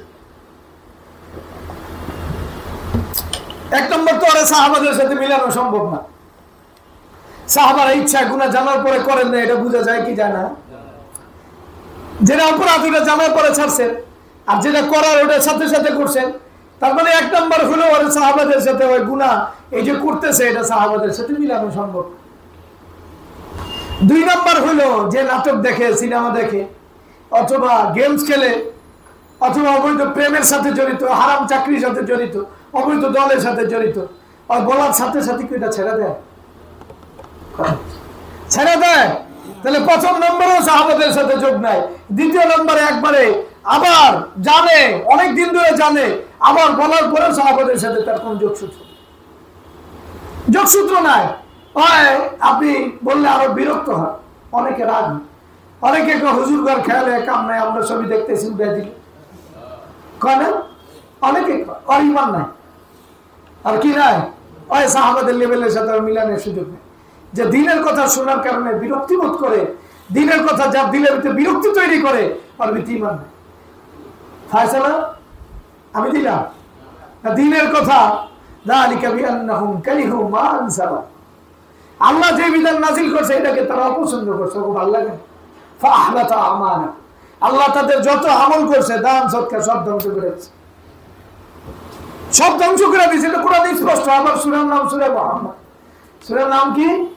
সূরা মুহাম্মদ। ওই সূরার ভিতরে আল্লাহ বলছেন, কারণ যদি আল্লাহ কোনো জিনিস নাজিল করে এবং নাজিলের কোনো জিনিস ওর কাছে ভালো লাগে না, জিহাদের বিধানটা কেন আল্লাহ দিছে, পর্দার বিধানটা কেন আল্লাহ তাআলা দিছে, প্রেম রে কি লেগে আল্লাহ তাআলা নিষেধ করছে, এই জাতীয় যে যেটা করে ওটা ওর কাছে খারাপ লাগে।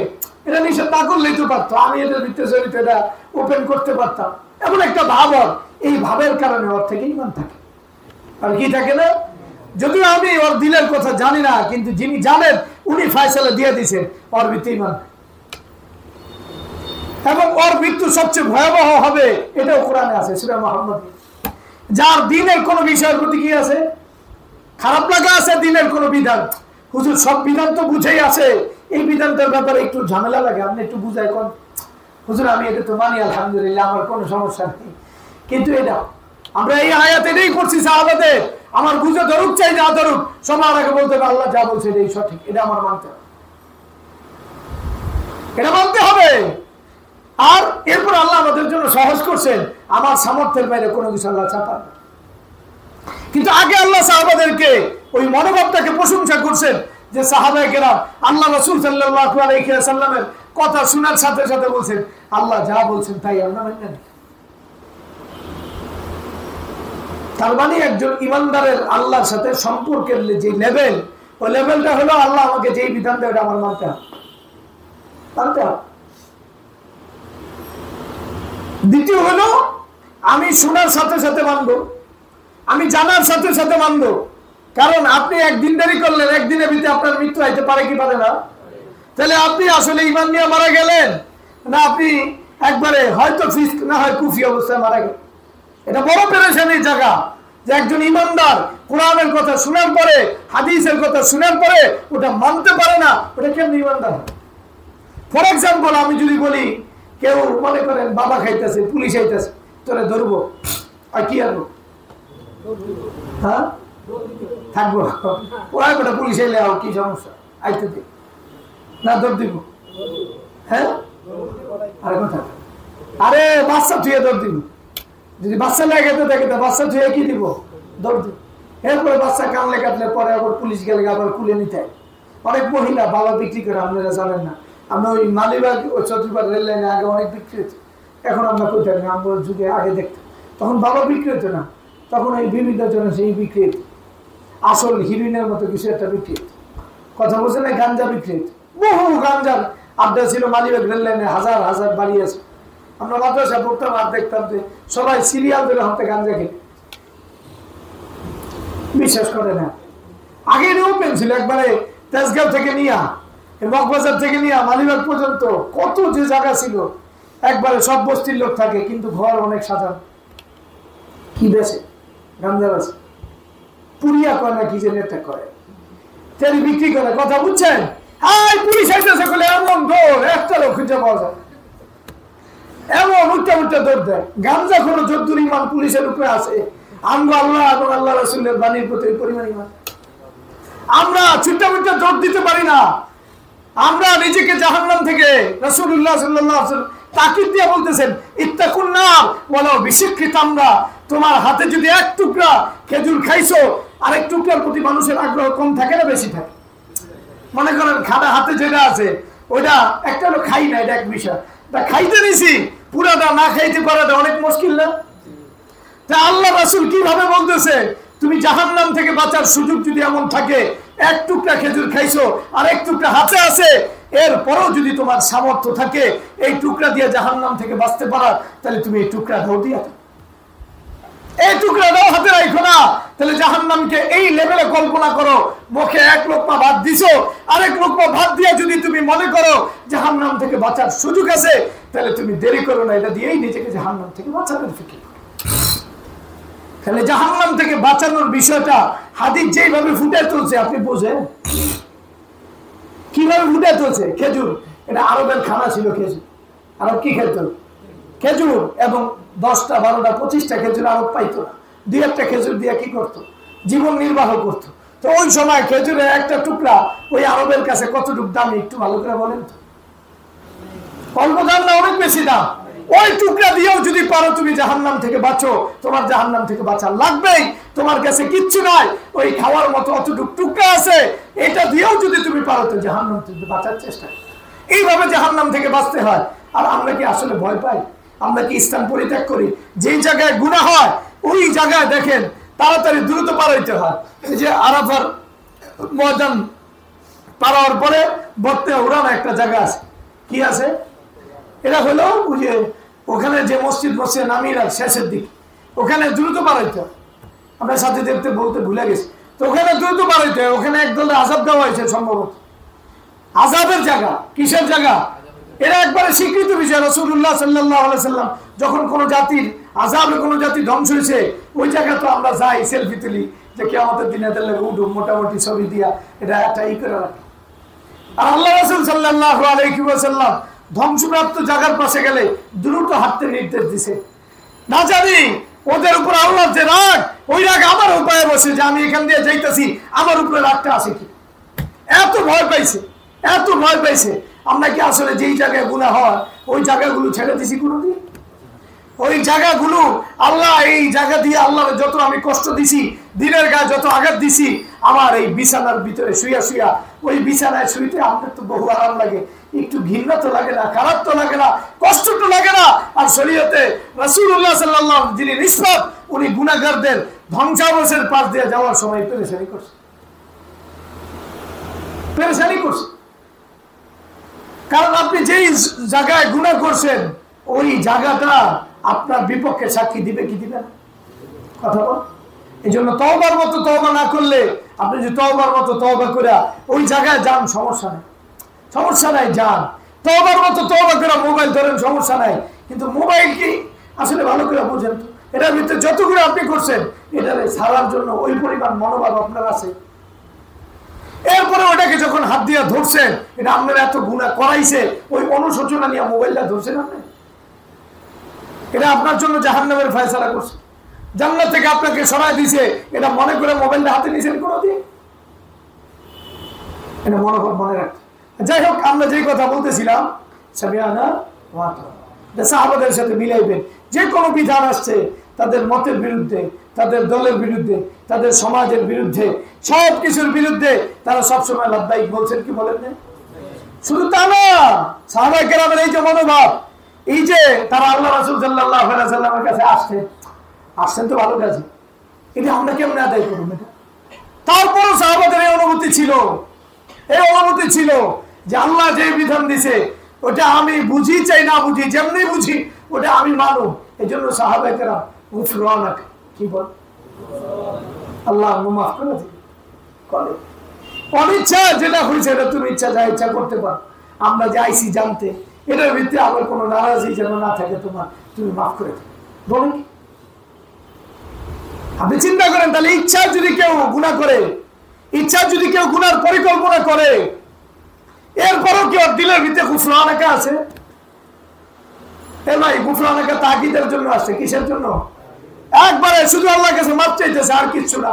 আমাদের যৌক্তিক না অযৌক্তিক, আমরা যা বুঝছি এটা আসলে ভুল সহি, সাহাবায়ে কেরাম এটার পিছে পড়ছে। আমরা এখন ভুল করলে পিছে পড়ি কি করি না, আমার কি ভুল আছে, আমার কি সমস্যা আছে? না না, সাহাবায়ে কেরাম সে গুফরানাক, আল্লাহ তোমার মাফি আসল। এর অর্থ কি? তোমার মাফি ছাড়া আমাদের উপায়। তাহলে মুমিনদের দ্বিতীয় বৈশিষ্ট্য, তারা কোরআন এবং সুন্নাহর আয়াত শোনার সাথে সাথে মানার পাশাপাশি তারা যেই কাজটা করবে, তারা অতীতের ব্যাপারে আল্লাহর কাছে বলবে, আল্লাহ আমাদের অতীতটা ভুল, এটাকে মাফ করে দাও। বুঝেন না? এটা বিশেষ করে আমাদের জন্য দেখেন, যখন আমরা অতীতটা গুনায় জড়ায় নেই, গুনার সাথে আমাদের জীবন থাকে অতীতের জীবন, যখন গুনার সাথে আমাদের জীবন অতীতের সাথে থাকে, এবং আমি যখন শরীয়তের উপরে পুরোপুরি উঠি, তারপরে আমার দিলের ভিতরে অনুভূতি কি থাকতে হইব?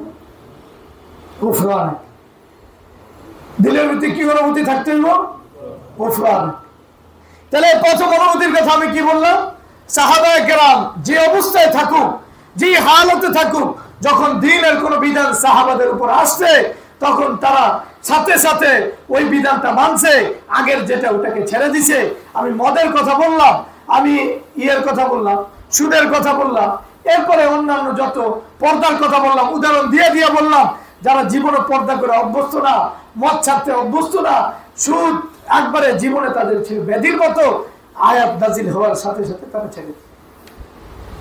তাহলে ইমানদার যখনই দিনের কথা জানবে অথবা শুনবে, ইমানের আলামত হলো সাথে সাথে তার আগের যে অবস্থান, আগের যে কাজ, ওটা যদি শরীয়ত বিরোধী হয়, উপস্থিতটাকে প্রত্যাখ্যান করে, উপস্থিতটাকে ছাড়, দেরি করবে না, একটু ব্যাখ্যা করবে না, এটার সাথে সাথে। এরপরে অতীতের যা হয়েছে ওটার ব্যাপারে সে বলবে গুফরানাক। কি বলবে? গুফরানাক রব্বানা, আল্লাহ তুমি দয়া করে আমাদেরকে, রব্বানা মানে কি? আগেরটা মাফ করে দাও, আগে যা করছি এগুলো কি করে দাও। এটার ভিতরে বোঝা যায়, তৃতীয় যে কথা বোঝা যায়, ইবাদতের পরে মনে করেন একজন ভালো ইবাদত করে, নেক কাজ করে, একবারে ভালো কাজ করার পরে তার দিলের ভিতরে অনুভূতি যদি এটা থাকে, আলহামদুলিল্লাহ ভালো কাজ করছে, মুই আগে খারাপ আছি না, স্কুলে পড়তাম, এখন ভালো হয়ে গেছে, এখন মাশাআল্লাহ হুজুর আগের জীবনটা আমার দেখেন না, আমি কি আছে, আগে কতটা তারাই বেড়াইছি, কত কিছু আছে না। কোনো মা বোন করলো, আগে তো আমার জাহিলি যুগ আছে, ওই সময় আমি পর্দা খুশিতে কিছু করি নাই, এখনকার এই একটা ভাব দিলের ভিতরে, এখন আমি একটা কিছু, এখন কি যদি এখন আমি একটা কিছু এটা মনে করতে পারতো, সবার আগে সাহাবায়ে কেরাম পারত। কারা পারত? সাহাবায়ে কেরাম পারত। সাহাবায়ে অনুভূতি হলো সামিআনা ওয়া আতানা, দিনের সব কাজ সাথে সাথে লাব্বাইক দিয়ে মানার পরেও তারা বলতেছে গুফরানাক, আল্লাহ তুমি আমাদেরকে মাফ করে দাও, মাফ করে দাও, আমাদের অতীতকে মাফ করে দাও। অতীতটা অনেক সময় মানে অনেকে মনে করেন প্যান্ট শার্ট পরছে, অথবা গিটার বাজাইছে, অথবা গান শুনছে, অথবা একটা ডিস্কো ছিল, অথবা ডান্সার ছিল, এখন ভালো হয়ে গেছে, হুজুর আগে আমি এটা ছিল, এখন আমি কি জানি ভালো হয়ে গেছি। তোরা কে লক্ষণ দিচ্ছে তুই ভালো হয়ে গেছিস? তুই যে ভালো হয়ে গেছো সেটা মনে মনে করার মানে হলো তোর ভিতরে এখনো ঝামেলা লুকে গেছে, তুই ভালো আস না, ভালো হওয়ার সার্টিফিকেট এখনো তো আসে না, ভালো হওয়ার সার্টিফিকেট আল্লাহর সামনে কিয়ামতের। হুজুর বিশ্বাস করেন আগের যুগে আমি এটা, আমি যদি আগের মতো থাকতাম এককালে তসিস কিনা, ওই এখনো ভালো হয়নি, আগে রয়েছে এখনো আছে।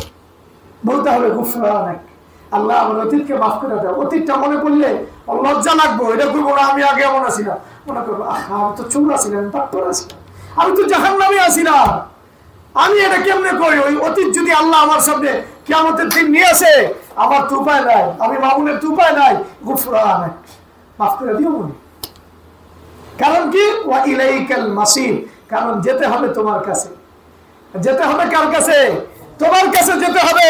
যদি অতীতটা চলে আসে, গুনার জীবনটা চলে আসে, অন্যায় অপরাধ সামনে আসে, তুমি তো গুনাহ সহ আমার অ্যাকসেপ্ট করবে না, আমার তো কোনো উপায় নাই, তোমার কাছে আমার পিওর বানায় নি। কি বানায় নিও? পিওর। তাহলে সাহাবায়ে কেরাম রিদওয়ানুল্লাহি তাআলা আজমাইনের যে প্রশংসা আল্লাহ তাআলা করছেন, এই প্রশংসা কোন জায়গায় সাহাবাদেরকে ধরছেন ভালো করে বুঝুন। সাহাবারা একবারে 100% দিন মানার চেষ্টা করছে। যখনই দ্বীনের আওয়াজ শুনছেন তখনই দ্বীনের কথা লাব্বাইক বলতে চেষ্টা করছে। যখনই সাহাবায়ে কেরাম রিদওয়ানুল্লাহি তাআলা আলাইহিম আজমাইন এরা জানেন যে দিনের ভিতরে স্বেচ্ছায় কেউ যদি কোনো পরিকল্পনা করে, তাইলে ওই স্বেচ্ছায় পরিকল্পনা আল্লাহ ধরবে।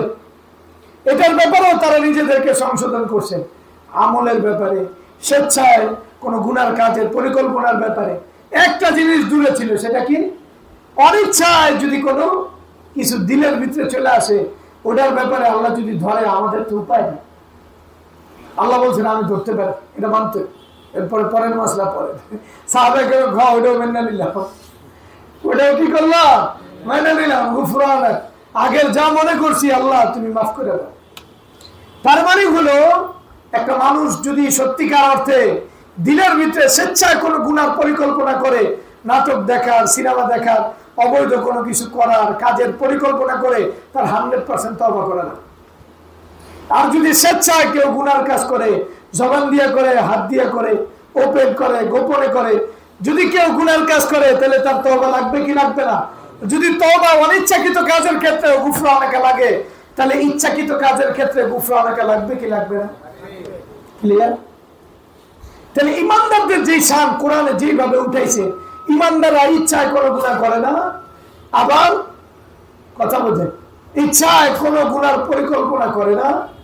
এটা ইমানদারদের শান, ভালো করে বুঝেন।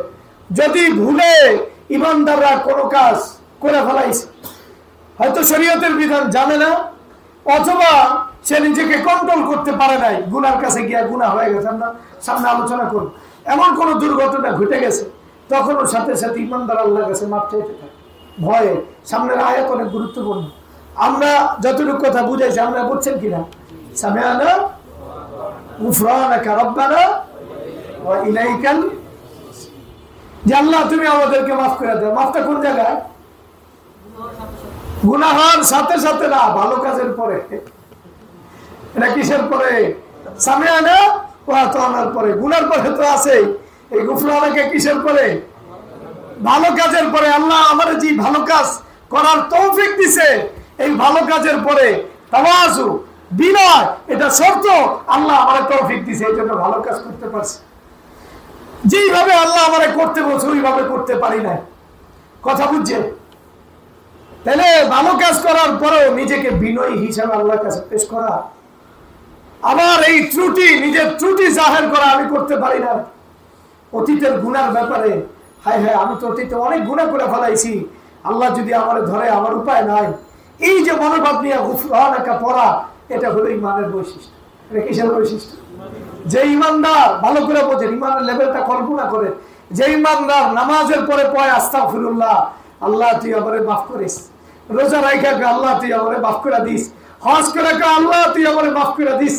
যাকাত দিয়া আল্লাহ তুই আমার দিল এবং আমি জাহের বাতের আমার পবিত্র করে দিস। যে ইমানদার এইভাবে চিন্তা করে, বড় বড় ইবাদত আদায় করার পরে আল্লাহ তুই আমারে মাফ করে দিস, এসতে সাথে হামলা করতে চায়, জিহাদের ময়দানে কি হামলা করতে চায়? একবারে নিজেকে পুরাপুরি আল্লাহর জন্য দিয়ে দিতে চায়। ওই সময় যাওয়ার সময় আল্লাহর কাছে আল্লাহ তুই দয়া করে আমারে শাহাদাত দান করিস, শহীদ হিসাবে কবুল করিস। পরবর্তী ইমানদাররা তারপরে যারা বলতেছে আল্লাহ আমাদের এই ভাইকে শহীদ হিসাবে কবুল করুক, অথচ সে দেখতেছে তার ভাই আগুনের গোল্লা হইয়া আসমানের দিকে উঠতেছে, তারপরও আমার ভাই শহীদ হয়ে গেছে, আর যে শহীদ হতে গেছে ওই কল্পনা আমি শহীদ হয়ে গেছি। আল্লাহ তাকাব্বাল মিন্না ইন্নাকা আনতাস সামিউল আলিম, তুই আমার এই শাহাদাতকে কবুল করিস। ইব্রাহিম আলাইহিস সালাম বাইতুল্লাহর মতো এত দামি, এত আল্লাহর কাছে প্রিয় শায়ের ইসলামকে নির্মাণ করে বলে তাকাব্বাল মিন্না ইন্নাকা আনতাস সামিউল আলিম, রব দয়া করে আমি তুমি যেইভাবে কাজ করতে দিছো আমার, আমি তো করতে পারি নাই, দয়া করে এই বাইতুল্লাহর কাজ যে নিছো তুমি দয়া করে এটাকে তোমার খাতায়, এটাকে কবুলের কাতারে লেখা দিও। যখন ইমানদারদের হালত এমন হয়, রোজার পরে, নামাজের পরে, হজের পরে, ইস্তেশাদি হামলার পরে দিলের ভিতরে ধারণা আসে না আমি একটা কিছু করে ফেলাইছি, আল্লাহ ওই ইমানদারদের ইমানকে সাহাবাদের সাথে মিলাইয়া এই কথা বলেন, আমানার রাসূলু বিমা উনজিলা ইলাইহি মির রাব্বিহি ওয়াল মুমিনুন।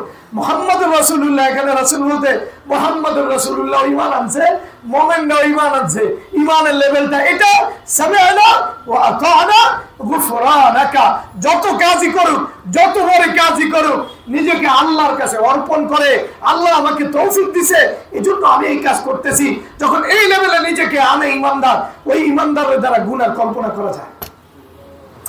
গুনাহ যে স্বাভাবিক থাকবো, নাটক দেখে স্বাভাবিক থাকবো, সিনেমা দেখে স্বাভাবিক থাকবো, প্রেম করে স্বাভাবিক থাকবো, হারাম কাজ করে স্বাভাবিক থাকবো, ইমানদার হইতে পারে না। ইমানদার তো পৃথিবীর সবচেয়ে বড় ইবাদত করেও দিলেকে নিজেকে আল্লাহর কাছে অসহায় ভাবে পেশ করবে। আল্লাহ, আমি এই তোমার কাজ, এত আমারে তুমি দয়া করে নামাজ পড়াইছো, রোজা রাখাইছো, আমি ঠিকঠাক করতে পারি নাই, আমারে মাফ করে দিও। ওই ইমানদার গুনাহগুলো ঠিক থাকতে পারে, ওই ইমানদার গুনার কাছে যাইতে পারে। তাহলে সাহাবাদের ঈমানের লেভেলটা আপনাকে বুঝতে হবে। ওয়াকালু সামিআনা ওয়া আতানা গুফরানাকা রাব্বানা ওয়া ইলাইকাল মাসির। সামিআনা ওয়া আতানা, সব শুইনা মানার পরে একবারে জীবনটা দিয়া দিয়া সবকিছু মানার পরে সাহাবায়ে কেরাম কয় গুফরানাক, আমি তো কিছুই করতে পারি, তুমি যদি দয়া না করো আমার কোনো উপায় নাই। আপনি জীবন পুরোপুরি দিন মানেন, আপনি পুরা দিন মানেন। আমাদের রাসূল বিমা উনজিলা ইলাইহি, আল্লাহ যা নাজিল করছে সব আপনি মানছেন? এ ভাই সব মানছেন, সব পুরা করছেন? এ দুই একটা কাজ পুরা করে হ্যাঁ আপনি করে হালাইছেন, এই জন্য আপনি গুনাহ করে শান্তি পান না। নিজেরা ঠিক করে আসল হাকিকত বোঝেন, ইমানের তৎকা কোনটা। ইমানের লেভেল বোঝার জন্য এ যথেষ্ট, এ যথেষ্ট। সামিআনা, তোমার সব বিধান শুনলাম মানলাম, বাস ফায়সালা চূড়ান্ত।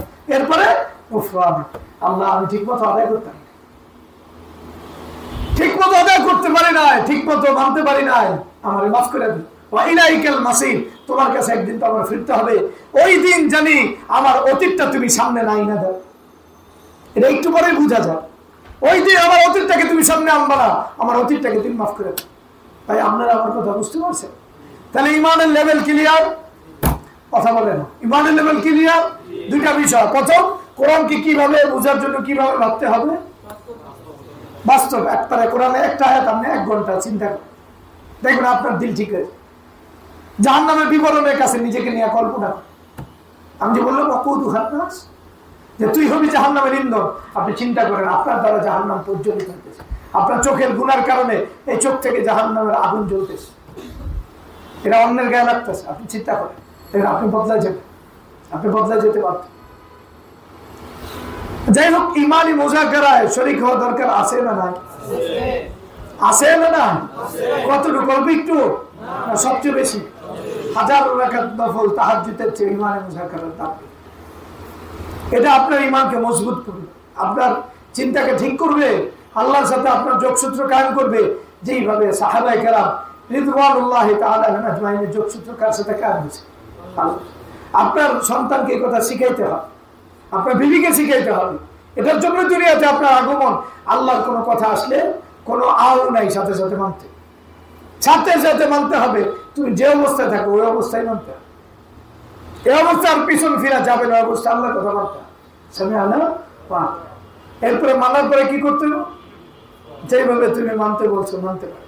গুফরান রাব্বানা ওয়া ইলাইকা।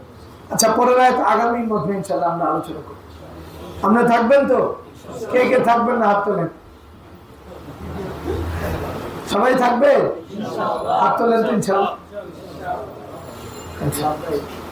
সত্যি কোনো ওজোরে আপনারা থামবেন না, কেউ মারা গেল আসবে, বুঝছেন? আল্লাহ কবুল করুন। জানাজার দাম বেশি না মুযাকারার দাম বেশি? আর বিশ্বাস করেন দলিল লাগবো? আচ্ছা দলিল। আবু ইউসুফ আলাইহির রহমার মেয়ে মারা গেছে। কার?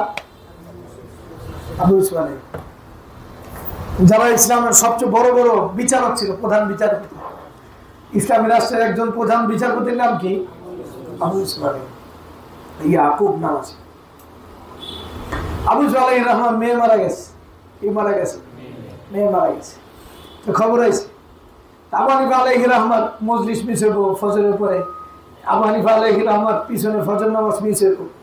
এই জন্য আবু ইউসুফ আলাইহির রহমান নিজের মেয়ের জানাজায় যায়, আর দেরিও করায় না, যে এত বড় সাহেব কাজী উল কুজাত চলিয়ে আসিতেছে, এখন কি করতে হইব? আপনারা কত বড় সাহেব, জানাজা দেরি করা দেন, আর বড় ছেলে আইতেছে, জানাজা দেরি করা যায়। জানাজা দেরি করানো গেলে আবু ইউসুফ দেরি করে, জানাজা আল্লাহ রাসূল সাল্লাল্লাহু আলাইহি নির্দেশ তাড়াতাড়ি দিয়ে দিতে, যা নিজের মেয়ের জানাজা দিয়ে দে। শেষ দেখা দেখে কি মেয়ে জান্নাতে হইব না আপনি জান্নাতে? শেষ দেখা দেখতে গেছে। কি শেষ দেখা দেখতে? এটা কোন দেখা? মরার পরে দেখে কি শেষ দেখা? কথা বলেন, মরার পরে দেখে কোনোদিন শেষ দেখা হয়? ইন্না লিল্লাহি ওয়া ইন্না ইলাইহি রাজিউন। এরা কোনো শেষ দেখা বলতে কোনো দেখেই না।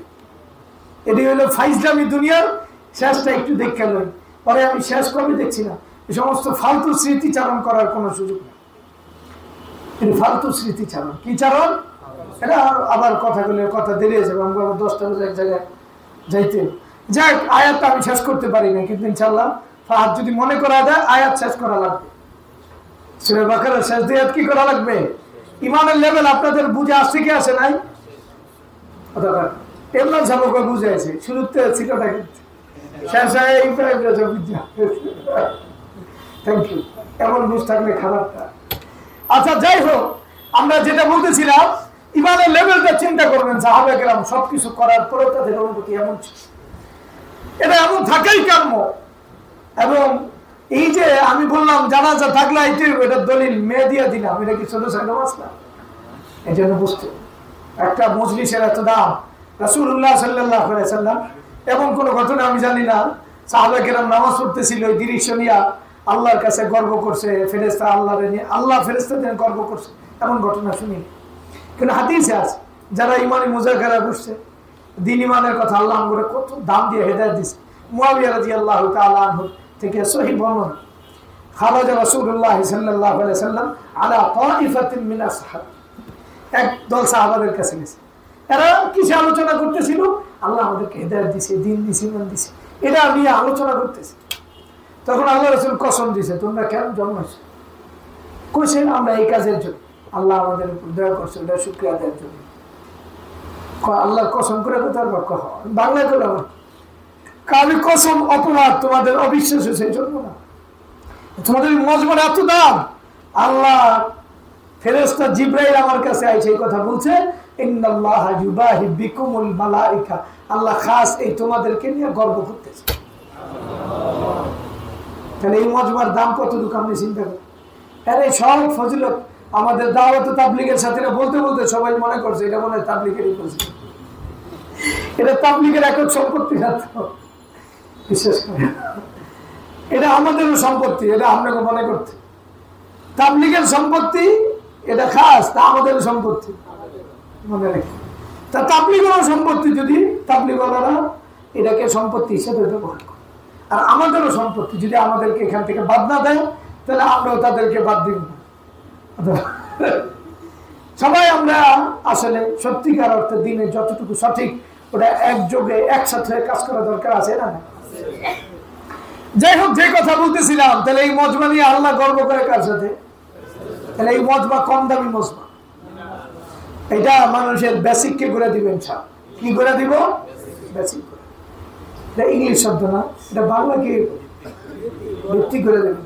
বাংলা বেসিককে ভিত্তি করে কি করে? মৌলিক জিনিস না, হ্যাঁ আমরা করতেছি, ভিত্তিটাই ঠিক আছে, এটা গোড়াপত্তন করবে। সাধারণ বাংলায় কি গোড়াপত্তন করবে, এমনই হওয়ার দরকার। বাংলাটা কি করতে? তাহলে ইমানি মুজাকারা এটা আমাদের জীবনের গোড়াপত্তন করে, কি পত্তন করে দিবে? গোড়াপত্তন। আমাদের জীবনকে সাহাবাদের সাথে মিলাই দিবে। আল্লাহ আমাদেরকে কবুল করবে। এই সব সাথীরা আল্লাহ হজ্জে মাবরুর নসিব করুন। আমরা যদি এই কাফেলা পুরা একবারে আরাফার ময়দানে যায়, আরাফার ভাষণগুলো এটি একবার শুনতে পারতাম, তাও লাগতো। আমরা ফাহাদ নিয়ে লেখা শুরু করছিলাম, কেন জানি আর সময় হইল, মানে বই বুঝাইতে হজের বিষয় নিয়ে বিভিন্ন জিনিস আমি ফাহাদে কইছি, কিন্তু আসলে ফাহাদ আসলে হজে যায় বেশি বুঝুন হয়ে গেছে। আসলে অনেক সময় দিচ্ছে ফাহাদে, আমরা খুঁজে পাইনি, রাতের আধারেও না, বুঝে নেই, রোদের প্রত্তাপেও না, কোনো জায়গায় আমরা ফাহাদে কি পাই নাই, হারাম হয়েছিল, আমরা কবুল করি। তো যাই হোক, এই যে আরাফা নিয়ে রাসূলুল্লাহ হাদিসটা দেখছিলাম যে আসলে আরাফা কি জিনিস। আরাফা শুধু হজ না, আরাফা শুধু কি না, হজ না। আরাফা হলো একবারে আলাস্তু বিরাব্বিকুম ক্বালু বালা, ওই চুক্তির জায়গা। কোন চুক্তির জায়গা? আলাস্তু বিরাব্বিকুম, এটাই আরাফার ময়দানে এই চুক্তি আছে। ওই চুক্তি নবায়ন করার জায়গা আরাফা। কোন কথা না, আল্লাহ আমাদের চুক্তি নিছে না, আমাদের নবী হিসেবে তোমরা মানবা না। আমরা কইছি না এদের ছাড়া কোনো বিকল্প আছে, তাই কোনো বিকল্প। ঠিক আমরা আরাফার ময়দানে যাওয়া মানে আল্লাহর কাছে ওই চুক্তিকে বাস্তবে নবায়ন। ওটা আলমে আরওয়াহতে ছিল, আর এটা রুহের এবং জাসাদ দোনোটা দেহমান উভয়টা দিয়ে কথা স্বীকৃতি দেওয়ার জায়গা। হ্যাঁ, আমরা তোমাকেই মানব, অন্য কাউকে মানব। আলাস্তু বিরাব্বিকুম আছে, হাদিসে আছে আল্লাহ তাআলা চুক্তি নিয়েছে। এটা কোন জায়গায়? আরাফার ময়দানে। কোন ময়দানে? চাই একসাথে আরাফার ময়দানে আল্লাহর সাথে চুক্তি নবায়ন করে আল্লাহ তাআলা আমাদের তৌফিক দান। মনে থাকবে ইনশাআল্লাহ। আর কোনো কথা? ঠিক আছে, আল্লাহ তাআলা আমাদেরকে সুবহানাল্লাহ। ও ভাই, একটা জরুরি আলাপ ইনশাআল্লাহ আগামী বৃহস্পতিবার। কবে? আগামী বৃহস্পতিবারে আমাদের মাসিক ইসলাহি জোর হলো ডেমরাতে। কি তারিখ? 26 তারিখ। আমরা ঘোষণা 26 তারিখে দিয়েছিলাম। 26 তারিখে আছে, সবাই যাবেন তো ইনশাআল্লাহ। ইমরান সাহেব দেবেন নি? দিন ইসলাম কই যাইবানি?